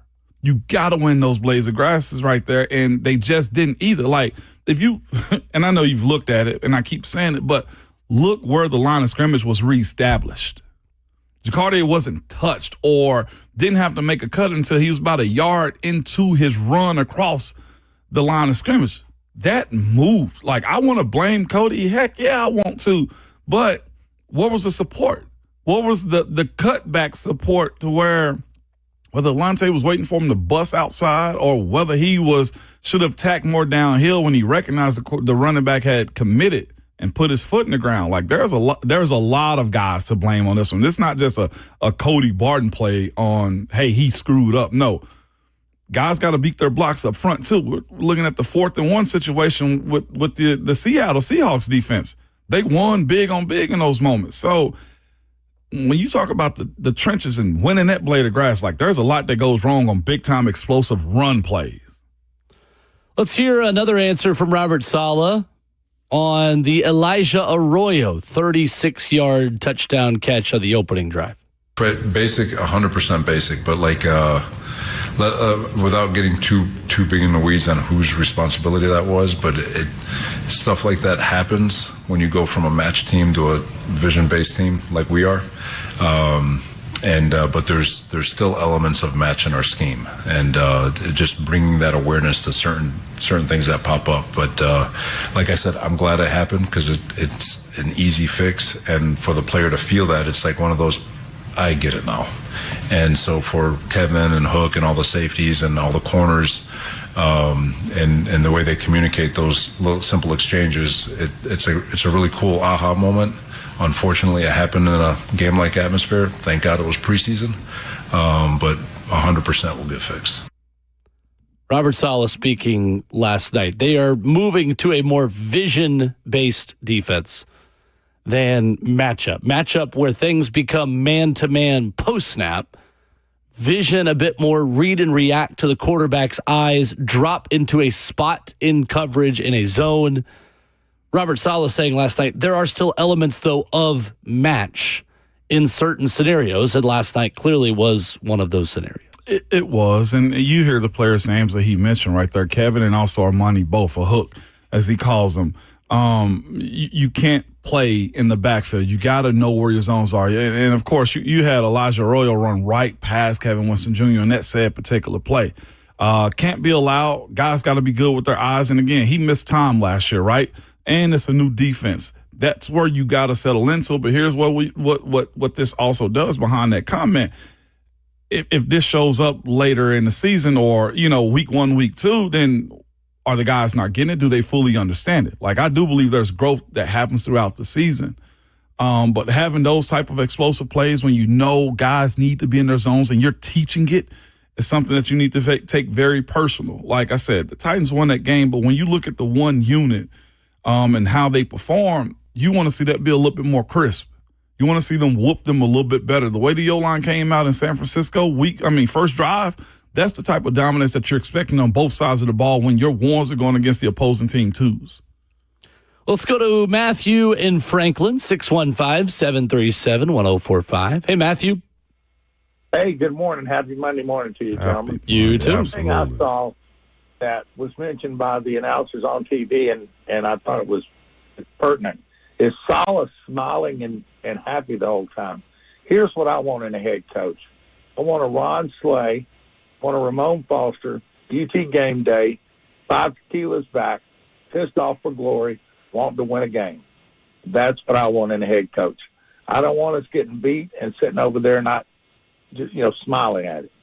I want some fire. I want some fire in the belly, gentlemen. Mm-hmm. I'm with you right there, Matthew. Thank you, Matthew.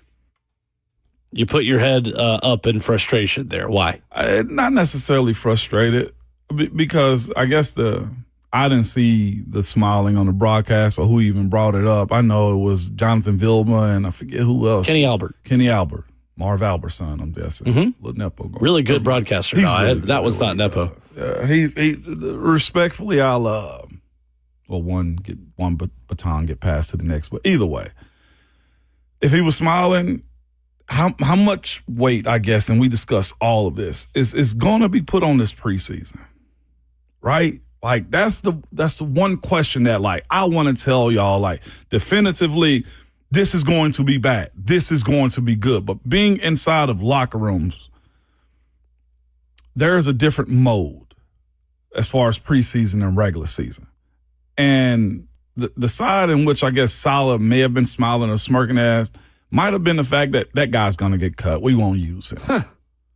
Right? Like, he is who we thought he was in the stadium. And it's a little difficult for us to know without seeing it because, again, Ramon and I are both working on the broadcast and aren't watching TV. And I 100% get what you want out of it, because it's a few goals that I feel like we have to get by as Titans fans when you look at these situations. One, that man in New England ain't coming back. He's his own personality as far as Mike Vrabel, who you're talking about. Yeah. And I know everybody wants fire and brimstone on every bad thing that happens, but some of these reactions that we get and players that you're using won't be here. Jim Wyatt put it in his, 6 things to watch for, I think, going into this season is the back end of this roster. He said it's about 48 to 50 guys probably definitively already on this roster. Like, that's kind of the way he put it in his article. So we're looking at about 5 players that you're evaluating on who's going to make this team. And I asked Mike Berganzi for Titans Countdown, how important are these next couple of weeks to determine the last roster spots? And the first thing he mentioned is, well, here special teams are live. That was the first answer he gave me. Was it's really big. When you're talking about back of roster battles, this is the only time we get to play live special teams. Yeah. A lot of these preseason games, that is the most valuable thing you are going to get out of it, right? Yeah, no doubt. And we saw James Williams make a big-time play on special teams. Lock. I mean, we knew that, right? We saw a guy, Jalen McMurray, make a play last night. Now I start looking at him. Can he do that for you in a regular season? Mm-hmm. And that's where the looseness of preseason plays into it as well. I forget the caller's last name to just call in a second ago. But, like, there is a level of looseness that goes into this with the idea that you're evaluating and trying to put guys in certain positions. We'll see what Saleh is doing in the regular season. I don't have any indication of what he is as a coach for the Tennessee Titans. I didn't watch him much when he was a New York Jets coach because that wasn't a business that paid us at all. This time around, with Coach Dable being at his side, with Cam Ward in year 2, all of these answers will get to us in real time. And I get the fan perspective on this thing. You're tired of being tired.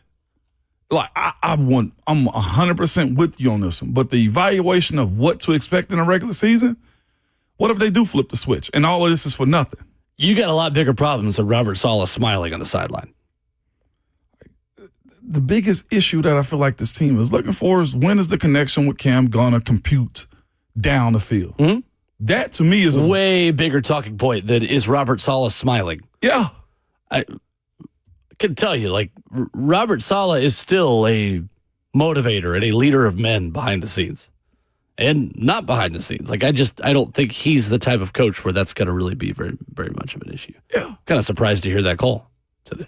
It is. Just Mike, man, said it in the chat. Like, let's be real. It's super, super early of another rebuild.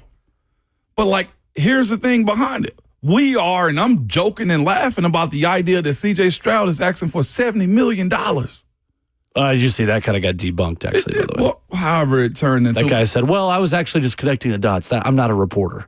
What a corny guy. Yeah, very corny thing to do on social media. But even with that being said, the conversation about how long do you wait, how much growth is going to be had, is heavy on the shoulders of a guy like Cam Ward that's been asked to take the next step.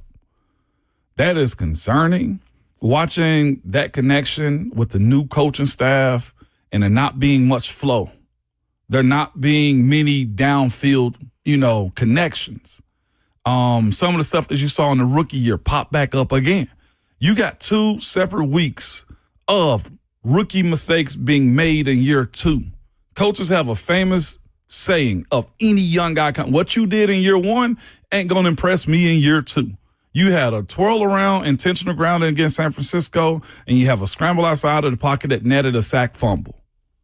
Like, those types of things, though, I will say, will cause anxiety amongst a fan base on a guy that's the number 1 overall pick, and with a coach that has a reputation of making quarterbacks better, and Brian Dable. Right now, he's making one of those plays per game through 2 preseason games. One of those, what the heck are you doing plays? And if I could just be honest for a second, in some of those plays, Ramon, the only difference between him and Will Levis is quote-unquote aura that people talk about on social media. If I think more people just liked Will Levis as a person, the way they like Cam Ward as a person, and they'll say Cam Ward is so tough, T-U-F-F, and say that he has aura. they would give Will Levis some of the same grace that they are giving Cam. And again, Cam makes some more plays down the field than Will does. Mm-hmm. But not right now. Right now, it has looked kind of Levis-like in preseason. What that means for the regular season remains to be seen. Again, I'm giving this disclaimer to every takeaway we have right now. We'll see. We'll see. We'll see if this matters or continues in the regular season. It might be that we are laughing at ourselves in a couple of weeks saying, remember when we were upset that Cam was 8 of 12 for 69 yards in preseason? This is true. Or we could be sitting here in a couple weeks saying, yeah, the writing was on the wall in preseason. Cam Ward is not progressing at the rate he needs to. I don't know yet. And I'm not going to speak with any level of confidence that I do know yet. He's not a bust. He's not Will Levis. I'm saying there are Levisian mistakes that are happening too often in game settings right now that I want to see taken away from his game. I will most definitely use this slogan, but keep your powder dry. Mm-hmm. We don't have the answers on this one other than what we've seen. And right now, I know That's right. that H is getting low. That hope is getting low with a lot of people as we've received phone calls saying that. He was better yesterday, Cam was, than he was in San Francisco. However, I still think that things need to still be better. Brian says, start Trubisky. Maybe he can be Darnold. And now we've jumped the shark. 615-737-1045. That is soaking wet powder, That's Brian. the biggest That problem. is the Atlantic Ocean of powder. Everybody's going to be looking for that. The Sam Darnold component, everybody's going to be looking for that too. Mitchell Trubisky is not Sam Darnold, and I think it is a bit reckless to compare the two. But I will say, watching Drew Lock kind of cook, and I know Drew Lock got 8 years in this league already, has been a starter, has failed, and has been a journeyman, in that time. And then there was also another second-year quarterback in Jalen Milroe that I thought looked good in practice from time to time, and he kind of looked like he still got a lot of development as well. If we're looking at second-year quarterbacks too, that's where it's going to get a little sticky. And watching how Cam takes his next leap, because it can't just be a step; it's got to be a leap this year. 615-737-1045 on the Will Levis discussion. Nick Suss had a very interesting tweet last night. Did you see this? I did not see Nick's tweet. It compared Malik Willis's preseason stats in the preseason where the Titans got a 7th-round pick for him to Will Levis' preseason stats this year. And it brings up a very interesting point that we will talk about coming up next.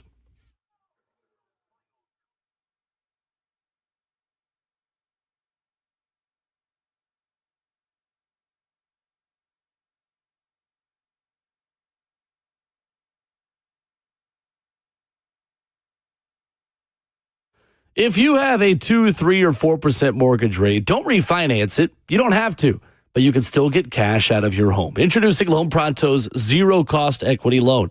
What's up? It's Will Bowling. That's right. With Loan Pronto, you can get all the cash you need without touching your first mortgage, without any fees.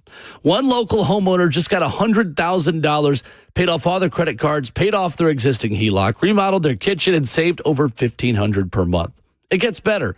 There's no hard credit pull up front, usually no appraisal, no long drawn-out process, and listen, no closing costs. You may even be able to skip your next 2 house payments, so call Loan Pronto now. Leave your low-rate mortgage intact, but get the cash you need in as little as 2 weeks without paying closing costs. That's online at loanpronto.com. See how much you can get right now at 615-499-5780. That's 615-499-5780 or online at loanpronto.com. For qualified homeowners, equal housing lender, NMLS 1661781, NMLSconsumeraccess.org.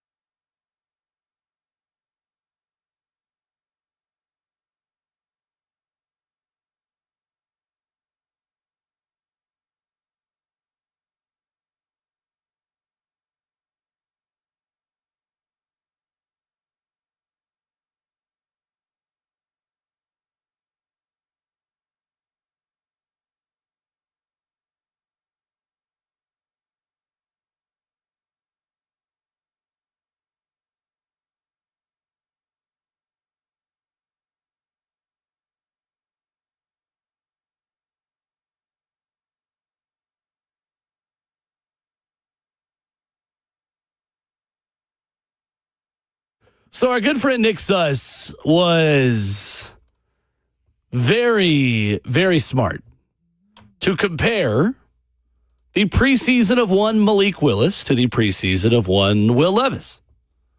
Because 2 years ago, Ramon, the Tennessee Titans got a 7th-round pick back for Malik Willis.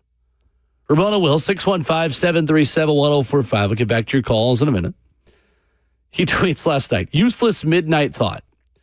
Malik Willis, 2024 preseason, 20 for 27, 205 yards, 2 touchdowns, 1 interception, 11 carries, 101 yards. Parentheses, Titans got a 7th-round pick for him. Will Levis, 2026 preseason.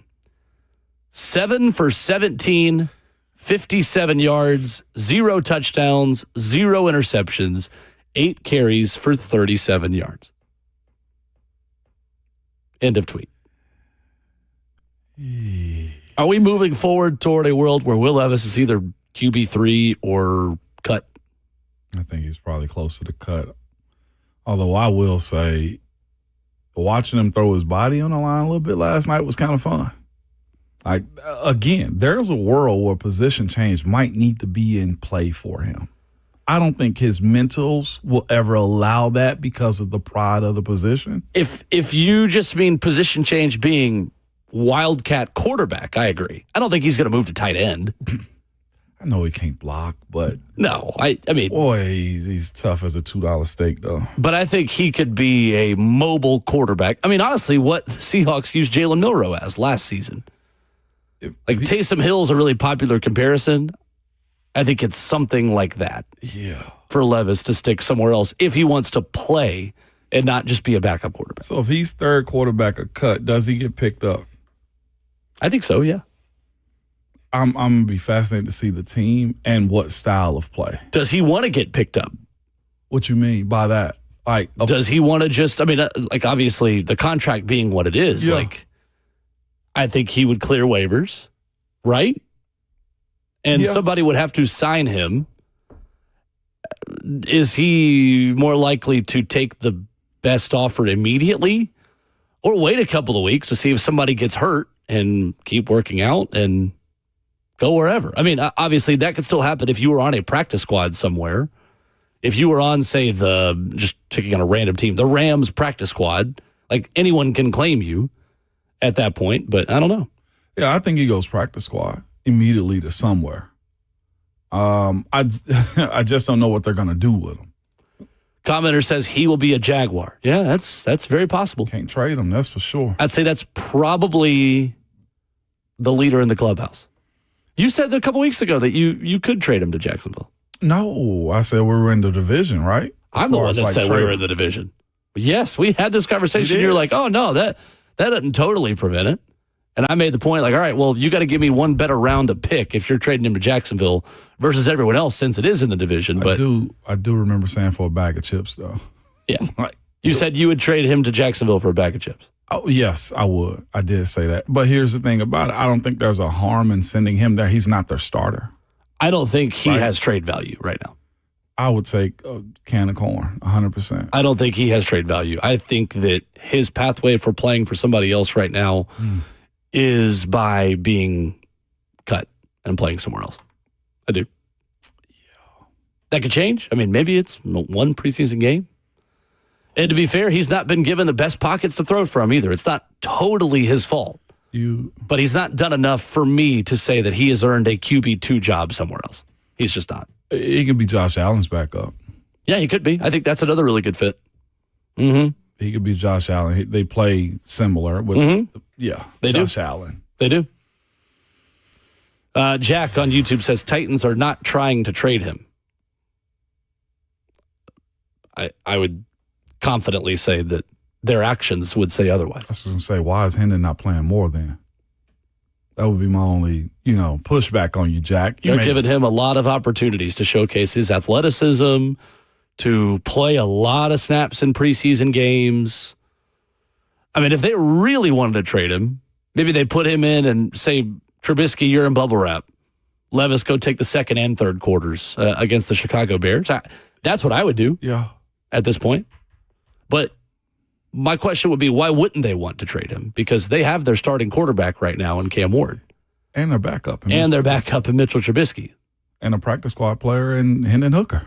Mm-hmm. Like if we're keeping 3, because Mitch is not going to take many, I think, as far as all the reps for the practice squad. YouTube commenter asks, hey, Will, do you still have unrealistically high expectations for Tate? He's looking like a poor man's NWI out there. I mean, I would say it's preseason. I'm not overly worried by Tate's lack of production. I am surprised by his lack of production because I thought that what happened on the practice field would translate to preseason, but no. I'm not in 2 preseason games coming off of my expectations that I think Tate is a 900 to 1,000-yard receiver this year. No, I'm not coming off that prediction. I still believe that. I want to see him get open and beat his guys one-on-one more so, too, this preseason. The opposing team. Again, they've been telling us this is more of a simple game plan. Robert Saleh asked about Tate last night, had this to say about concern or lack thereof in his rookie receiver not having any catches so far. Well, we're really not game planning, and there's different philosophies. Like, could Dayball move him around and deliberately try to get him the ball? Sure, but we're still going out there and running our base, the vanilla offense. I mean, we're barely motioning. We're normal spacing. We're not exactly making it very easy for our players to go execute, but at the same time, that's not what this is for. There'll be a time to game plan and scheme people open, but right now it's just about going out, executing the base fundamentals of what the scheme is supposed to be, both in all 3 phases. And when it gets time to game plan and get people the rock, we'll get them the rock. There you go. All right. We'll see if it works. All right. Chris in Nashville, next on the phone. What's up, Chris? What's going on, guys? Man, I love the show. Listen to y'all every morning. Appreciate you. Thanks. Chris. Yeah, man, no worries. Look, I'll try to make it quick. I just wanted to talk about Cam for a second. Man, my first experience with Cam was rivalry weekend, Washington State versus Washington. And I was like, who is this kid, man? I think it was a rain game, and he was just getting crushed. But he was throwing these dimes that were just absolutely gorgeous. And I said, I don't know who this kid is, but he's special.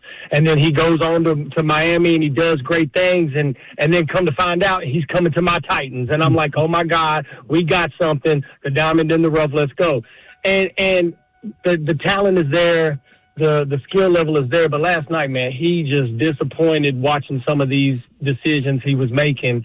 Elikayo Manor down the sideline had his man beat, and he would have flown past the second or the safety, and Cam lobs up a back shoulder pass when he could have just let him. And the same thing with Tajay when it was an easy first down, throwing him in the flat, and he throws it behind him instead of leading him to get the first down, and then Tajay gets crushed at the line. I didn't understand it, and don't get me started on Carnell Tate. I don't want to see no more one-handed catches in practice when he can't catch one two-handed on the sidelines. So, I mean, I got faith in my boys. I know we'll turn it around, but, man, it was just some of those things was just a little hard to watch, and I'm going to shut up and just listen. Thank you, Chris. Appreciate the call. Chris. It's all fair? That's all fair. I don't know if there's any pushback on any of those things. It's not. Tweet from DJ Adam TN says, could Cam lose the starting job to Trubisky if Cam doesn't improve? No. In our opinion, he is the starter. Only thing I think, if there was ever to be a change, if he's getting beat to crap and the play is well below the line, just to preserve the mind and just reputation of him is the only way a change of Mitch going there for Cam is ever going to happen. That is a long way away from where we sit here today. And two, Trubisky hasn't really been any better. We're talking about December ball. In practice as a whole. Yeah. 615-737-1045. Nashville SC head coach BJ Callahan coming up at 9:30 after NSC's huge comeback win over Columbus over the weekend. We've got more of your phone calls at 615-737-1045. And when we come back, the big news that broke just about an hour ago. Faison Brandon will be Tennessee's starting quarterback. Brent Hubbs had a great piece about him at VolQuest.com that we'll dive into a little bit coming up next.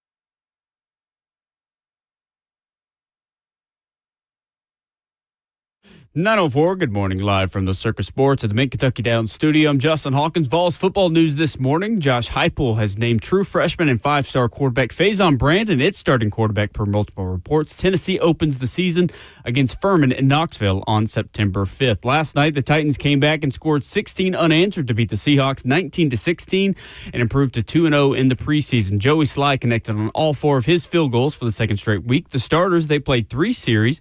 Cam Ward went 8 for 12 for 69 yards, including a 33-yard catch and run by Tony Pollard on the first drive that set up a field goal. Julius Chestnut led the Titans with 48 yards rushing, and Titans rookie linebacker Anthony Hill Jr. led the defense with 7 tackles and an interception. Today, actually right now, head coach Robert Saleh is meeting with the media. We will play that here shortly. Other NFL news this morning, the Browns have named Deshaun Watson their Week 1 starting quarterback against the Jacksonville Jaguars over Shadur Sanders. He will be the backup. And Nashville SC on Saturday came back to beat Columbus Crew 3-2 with 2 stoppage time goals, 2 minutes apart from Reed Baker Whiting and Andy Nahar. Nashville, with 49 points in 21 matches this season, set an MLS record for the fastest start. For all your foundation repair and waterproofing needs, you got to go to USSTN.com. Bring it easy once on your home for the Titans and the Vols. This is 104.5 The Zone.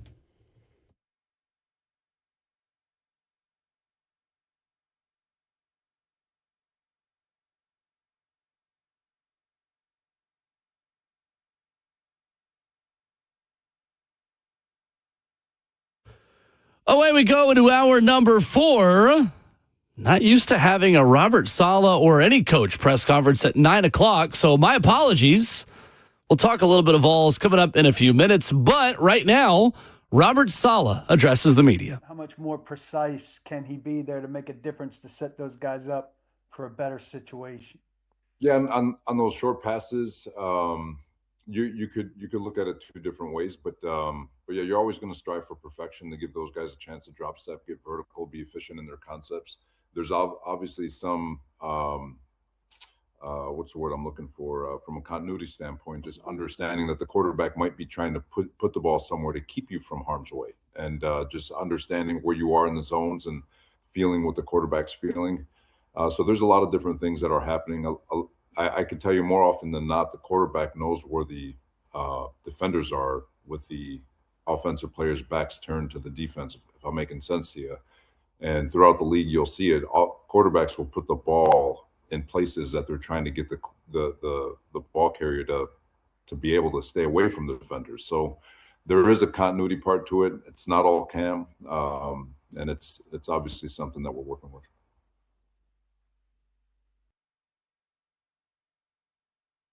Harry, go ahead. Robert,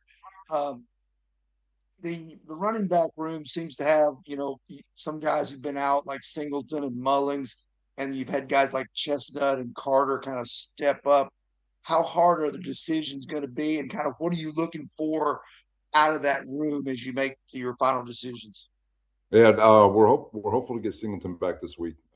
Should hopefully get him back in practice on Tuesday. But it's a good group, man. I think Michael Carter and Juice have done a fantastic job. When you're looking at those 3rd, 4th running back spots, it's always going to come down to special teams and your ability to contribute not only on teams, but be a guy who can come in and play 3rd down, play 1st down, play 2nd down, be good in protection, be good in the pass game, be good in the run game, and just kind of all encompassing. But really pleased with the running back room. Think they're all doing a really nice job, and but for sure that decision on that 3-4 or that 4th spot it's going to be a tough one. Robert, Cam has said last night that they're getting to a point where Brian Daboll is learning the plays that he likes. How have you seen like that relationship go back and forth and develop to where it needs to be for you to have success on offense? Yeah, I think it's been going really good. I think the players are understanding Dave's personality. They're understanding what he likes, what he doesn't like. They're starting to understand his expectations along with the entire staff. But I'll also say that it's nowhere near where it's going to be 18 weeks from now. We're at the infancy stages of developing this entire roster. It's a young roster, but a talented roster, and we're going to learn one another every single day.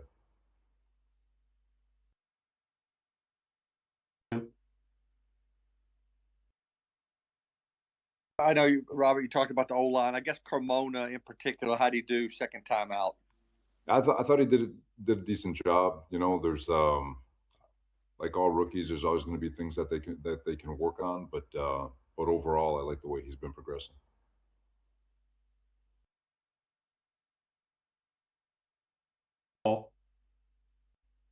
Sorry. Can you give us anything on Falk, on Josh, on Osborne, on JFM?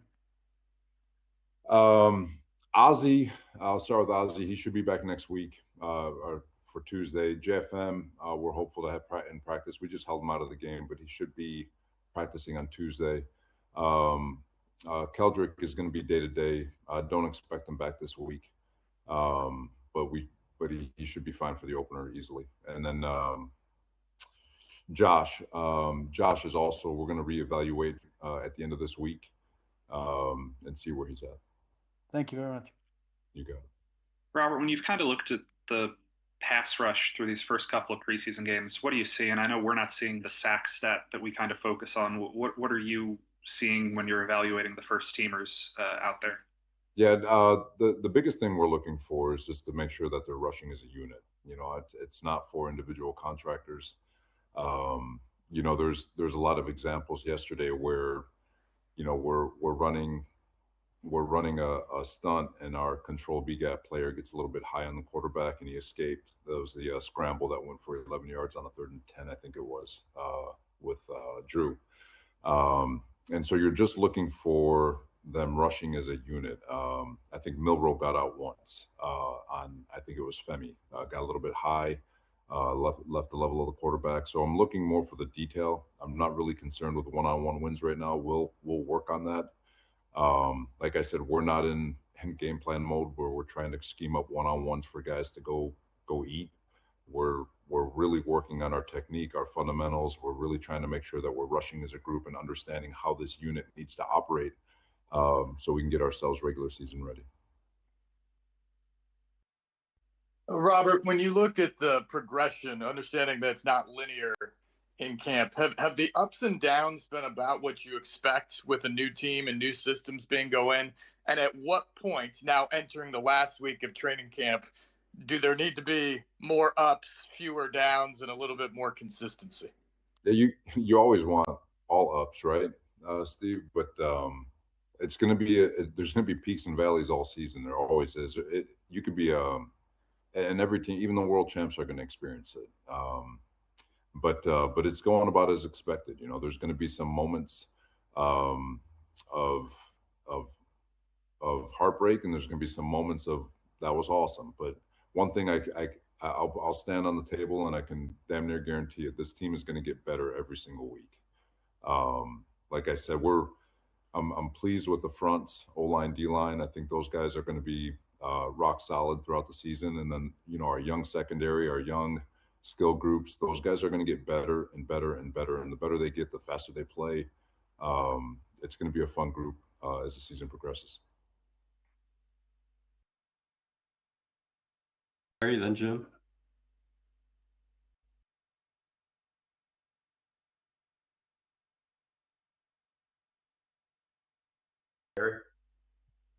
Jim, go ahead.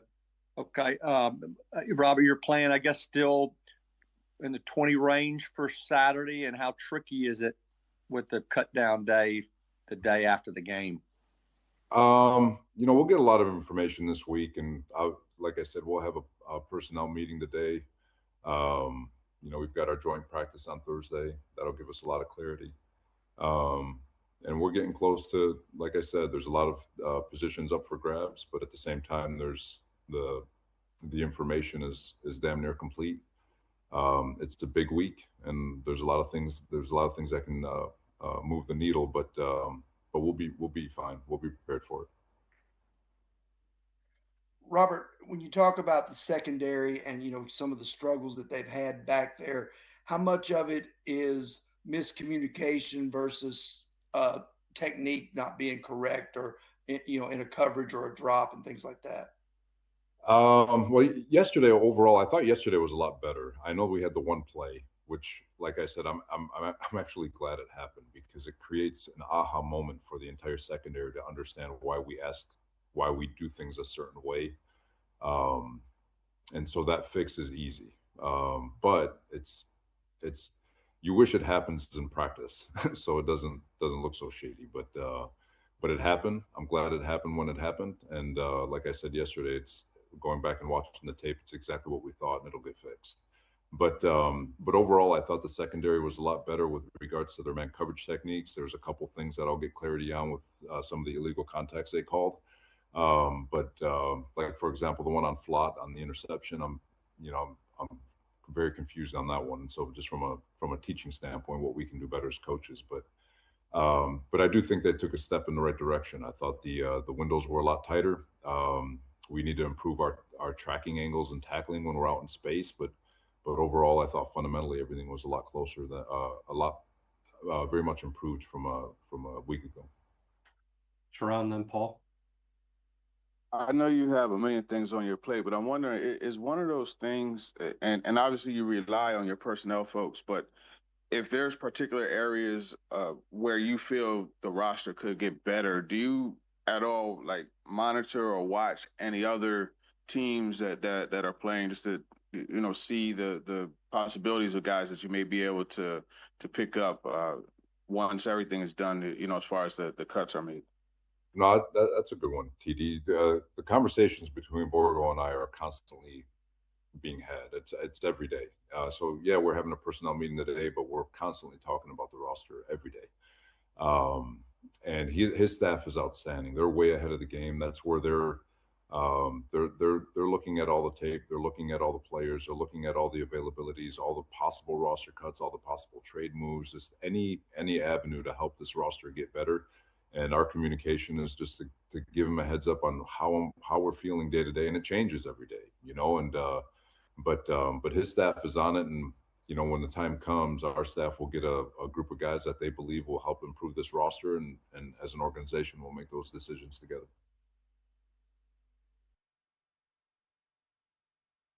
Paul, and then we'll finish with Steve. So what is the play there, Robert, on the deep touchdown throw, the aha moment where both Winston and Alante seem to come forward and head towards the sideline?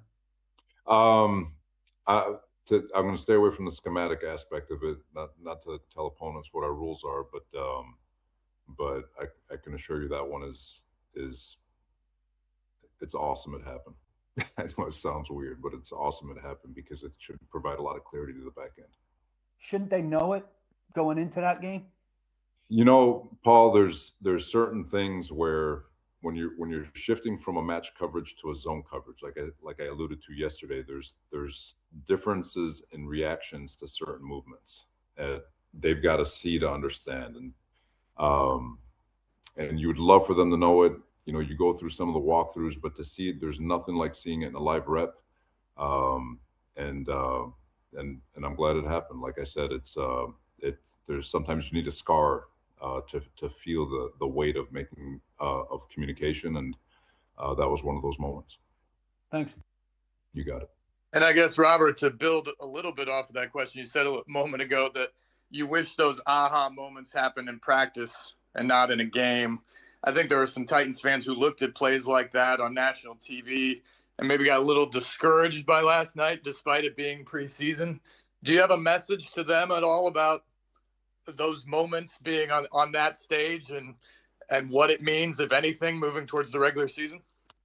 No, shoot, man. Growth, sometimes experiencing growth hurts. And, there's no team in the NFL is going to go through the entire season high-fiving each other all the way through. There's going to be painful moments, but the good news is that it's an opportunity for us to learn, and we'll get better from it. Great. Thank you, Coach. All right. There is Robert Saleh meeting with the media this morning. We got most of that.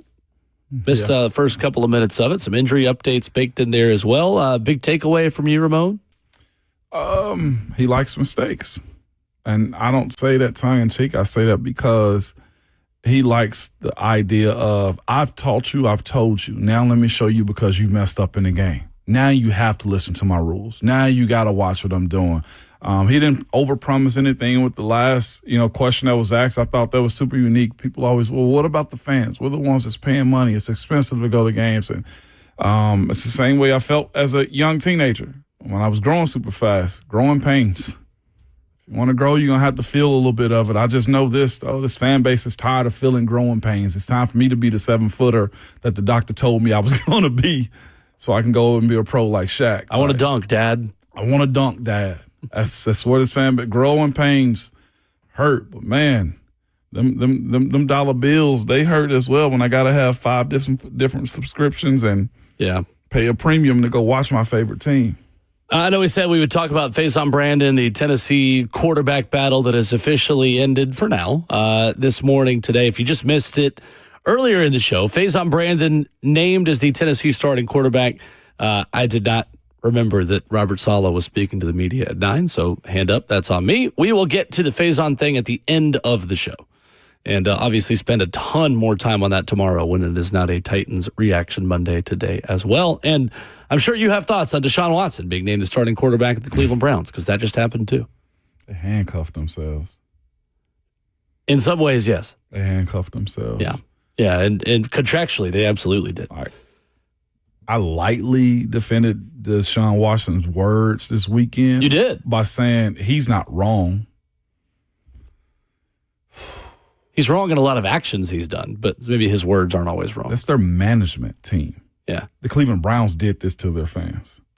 Coming up next, Nashville SC head coach B.J. Callahan joins us. The boys in gold winning 3-2 in dramatic fashion over Columbus after trailing 2-1 going into second half stoppage time. You will hear from the head coach of the top team in MLS, B.J. Callahan, after this.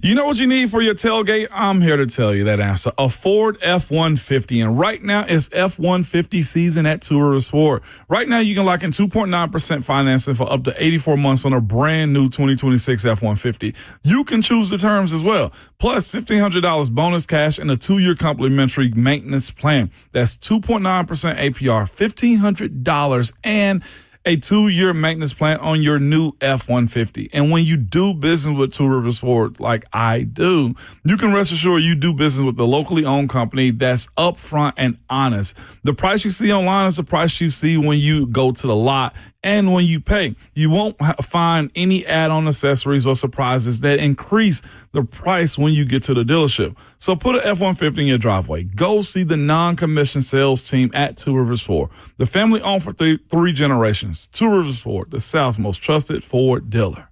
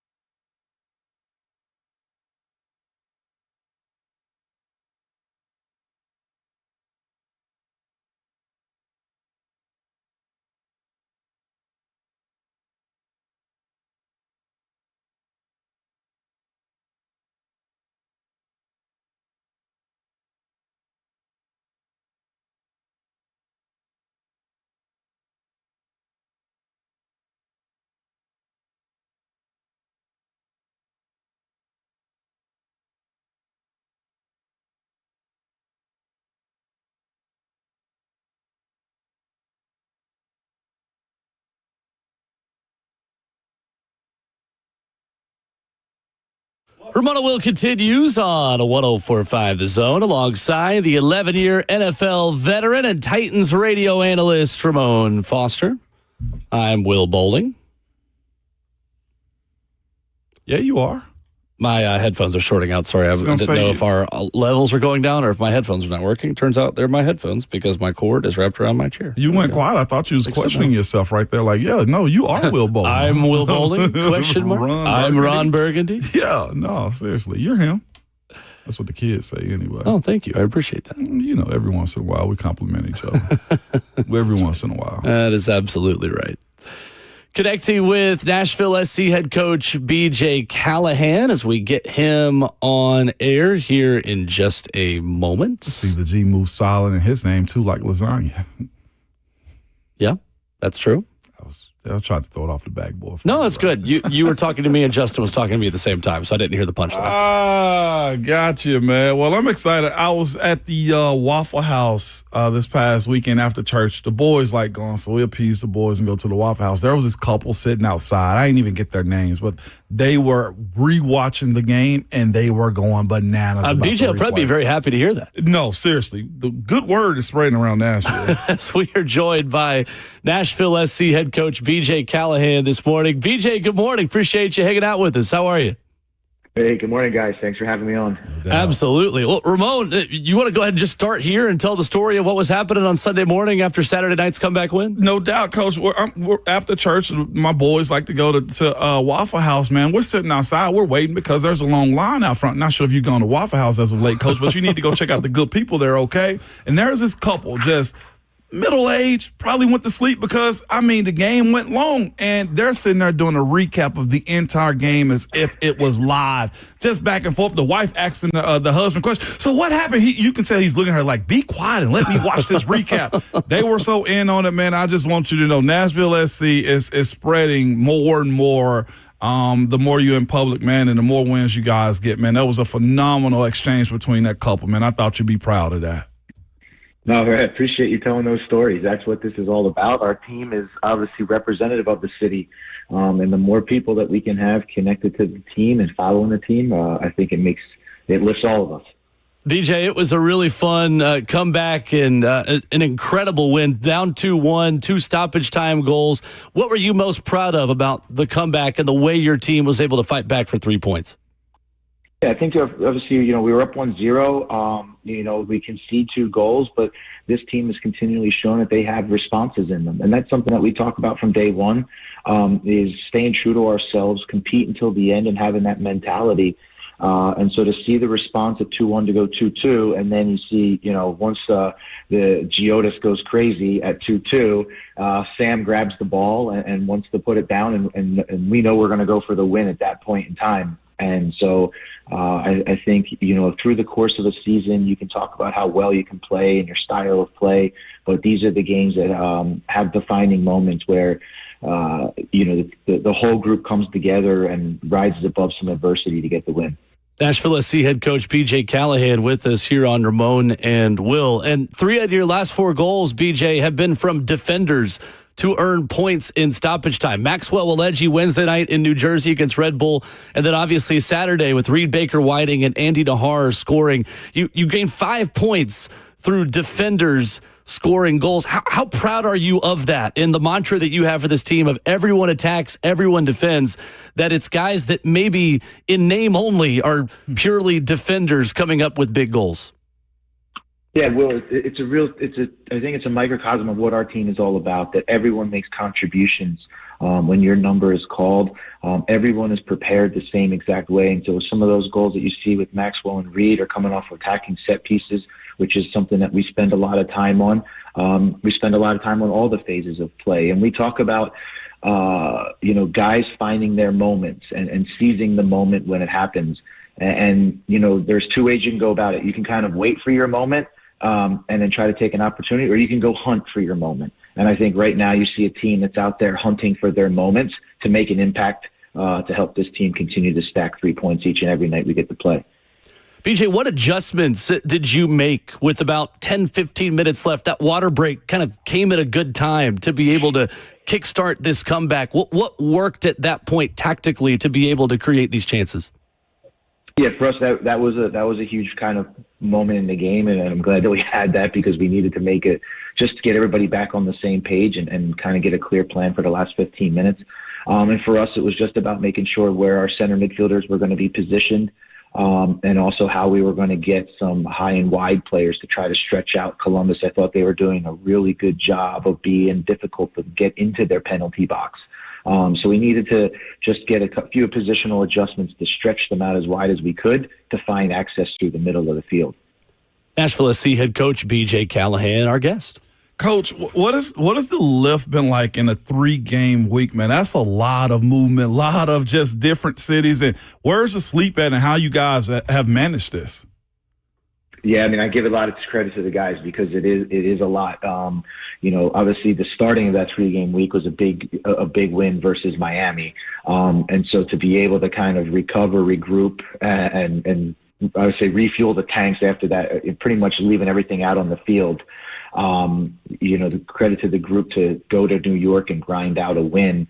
And then honestly, I think, it helps us be able to come home on Saturday night because I think right around that sort of 60th minute, you could see the dip in our energy and the fans are able to get behind us. And that's what the fans are about for us is, they show up when things are good, but when we also need them to give us a boost and put a hand on our back, that helped as well. But the schedule congestion keeps you focused on recovery and also make sure that guys are ready to step up because we have to use the whole depth of our squad in weeks like that we just had. Man, Coach, since you've gotten here, where have you seen this club grow the most? And what I'm getting at is this, man. How have you gotten Nashville SC to the point where it's having this much success? Because you're winning games where you got to grind it out. And I do believe that, like, good teams always find a way to win. But how have you just stuffed that into those guys' mentality, their play, to get them to their point to whether they're down and got to go extra time, they find ways to win? Because you guys make it seem easy, but I know that's a process of reshaping everything that they probably known until you've gotten here. Sure. I think for us, it's a connection of the entire club, right? The players are most important and they're the focus and they have to perform. But for us, it's about adaptability. And I think you get that through the preparation. So all of our support staff, whether that's our analysts, coaches, trainers, performance team, everybody each and every day is working with this mentality that we're going to be as prepared as possible for anything that's thrown at us. And then we stick to that. No matter if we win, we lose, we draw, we sort of have a plan on how we prepare for every opponent and how we go about each and every week so that the players feel confident. The players know that whatever's thrown at them in a match, they're going to have the ability to find solutions and are going to be able to lean on old experiences and say, hey, I've been here before. Let's stay calm and let's go execute and do our jobs. And I think that belief has permeated through every player, 1 to 31, and every staff member. And I think as we can kind of stack good days here, you see the fruits of that labor that kind of goes, maybe unseen during the week that kind of comes out on those big Saturday nights. Nashville SC head coach B.J. Callahan, our guest this morning on Ramon and Will. Of course, B.J., Hani Mukhtar marks his 200th MLS appearance with a goal and assist over the weekend. I know I asked you this in our pregame show before the broadcast, but wanted to bring it up for our listening audience here this morning as well. What do we not see that Hani Mukhtar does to make himself such a top professional? Because the 90 minutes, obviously we know how good that he is, but BJ, I know there is a ton of work that he does behind the scenes, and there are not a lot of players in this sport anywhere in the world working harder than Hani Mukhtar is. Yeah, I think first and foremost, I know Hani's been putting in massive performances for this club for a long, long time, and I hope that none of us ever get spoiled by it, right? Like, it's just tremendous the output that he puts in each and every game and the performances he put. We don't take it for granted. And that takes me to what makes Hani special is he never takes anything for granted. He's as competitive as it gets, whether it's 5v5 games and he's winning or losing, or the way that he takes his recovery or the way that he prepares and watching individual clips, watching the opponent. He is 24/7 wired Nashville soccer. And I think you know on Saturday nights when you get to see him, like you see that come, but it comes from all the preparation that he does on his from a physical side and from a tactical side. You know, I laugh because he comes in my office and starts telling me about guys that he's watching at 1 o'clock in the morning when he can't sleep, and we're having these conversations, you know, deep soccer conversations, and those are some of the best ones to have with a player like him. I love it, and I don't doubt that whatsoever. BJ, when you get into late game situations like the one the other night where you are down like that, how much have you guys been able to practice situations like that? What's that process like, and where is the line between, hey, we want to try and practice things on the training pitch to get ready for, hey, if we're down, this is what we want to do, this is the plan we want to execute, but then how much of it also is just players making plays and instincts, the right instincts taking over in late game situations? Well, it's a combination of both, right? I think we do spend some time thinking about it and talking about it with the players and training it on the field with kind of, you know, if we're down goals, this is what we're going to do.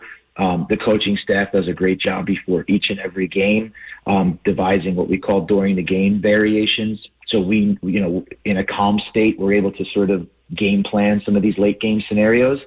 But at the end of the day, it's players making plays. And so our job is to just try to put them in the best situations to bring out their talent.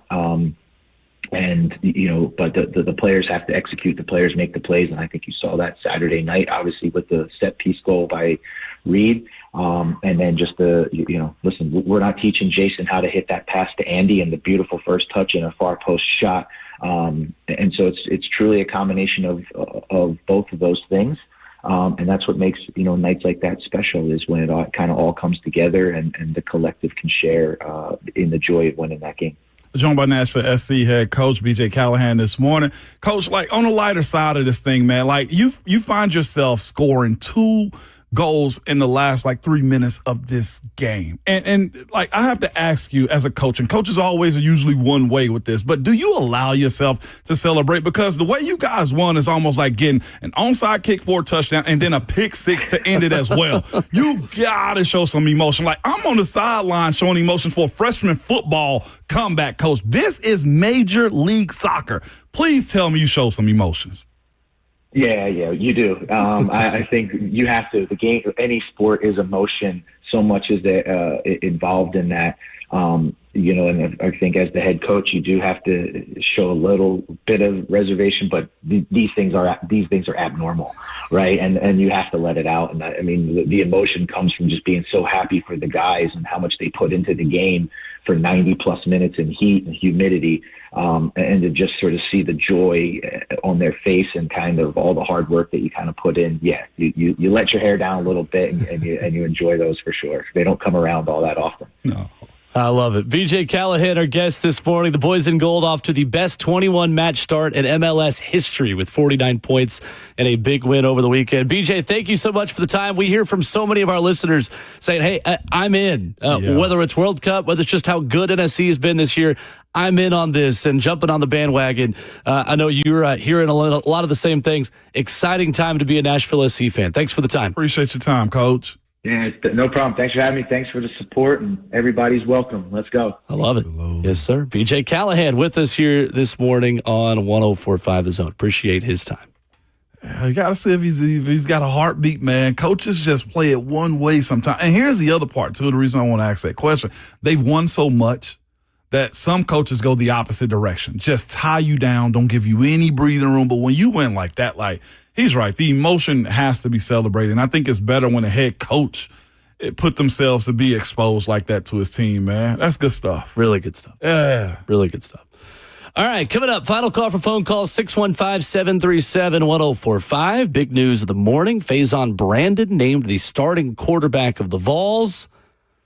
I'm going to tell myself a little bit. I've been teasing this so much, Ramon. I have one of my buddies from college texting me, like, can you please get to Faison? You keep teasing me. So we're going to do that coming up next. Do the show the way we want. Plus your phone calls as we wrap up after this. Yeah.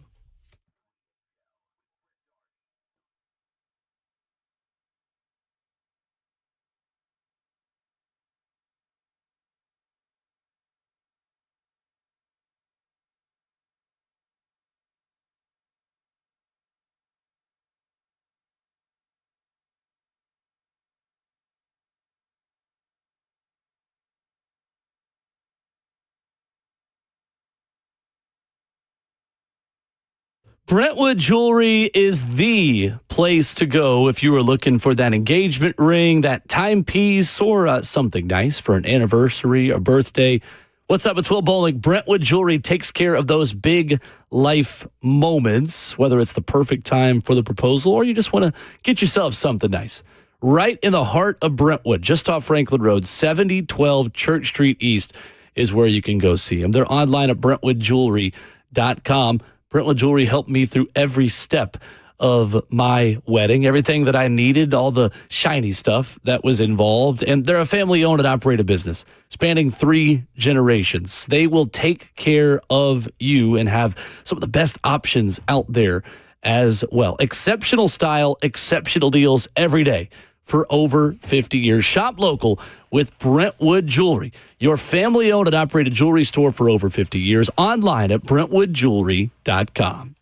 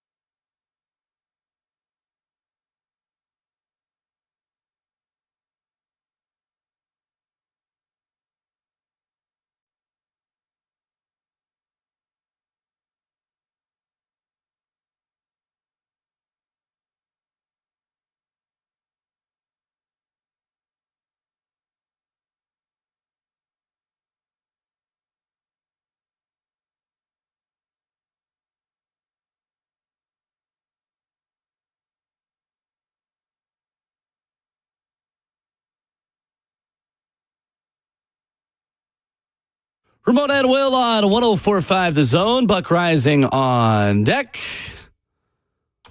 Faison Brandon's the starting quarterback of the Tennessee Volunteers. And Ramon, I heard a comp that I really liked last week. What you got for us, man? Josh Dobbs' athleticism, but with more arm strength. Dobby boy.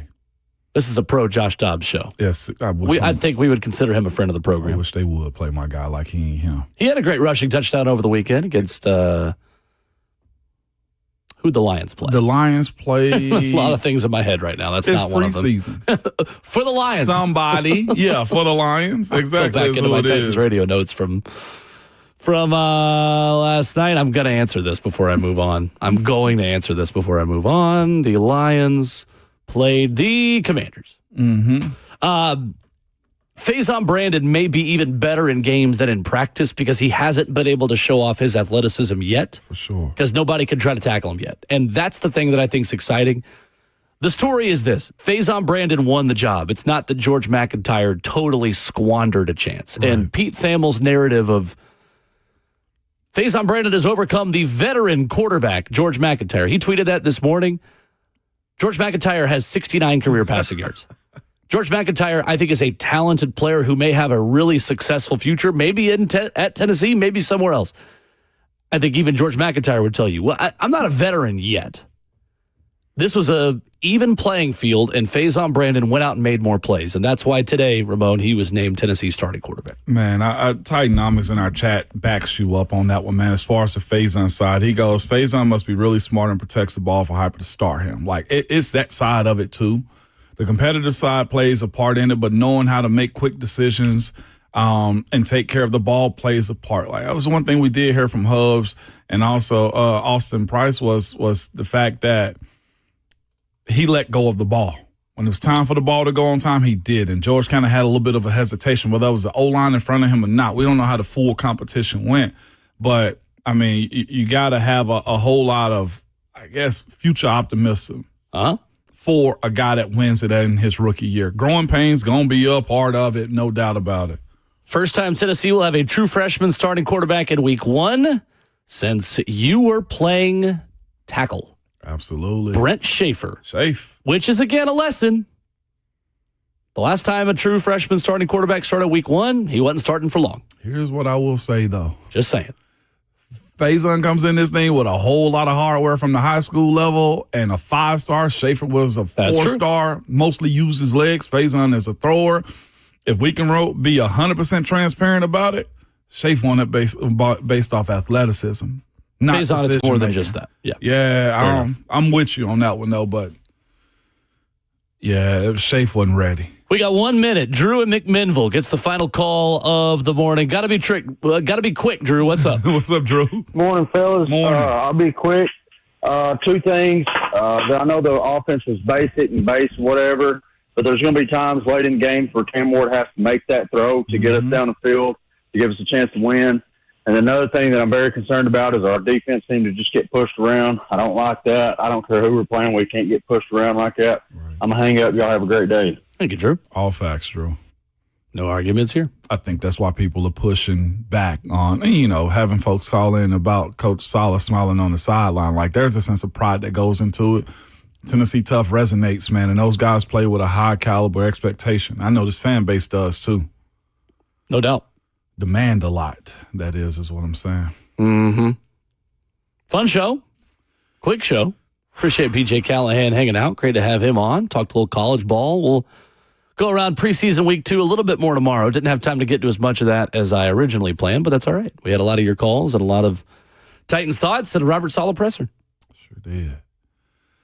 It's last week, man. Big week right here, Will. We'll probably talk more about that. I hadn't gone through the 3-game preseason, but this is a big week. Back at training camp tomorrow, a Tuesday practice, joint practice with the Bears. Bears. On Thursday. We'll get you ready for that. And right now, Buck Rising takes over here on 104.5 The Zone. But remember, Twitter fingers in your mic is always hot.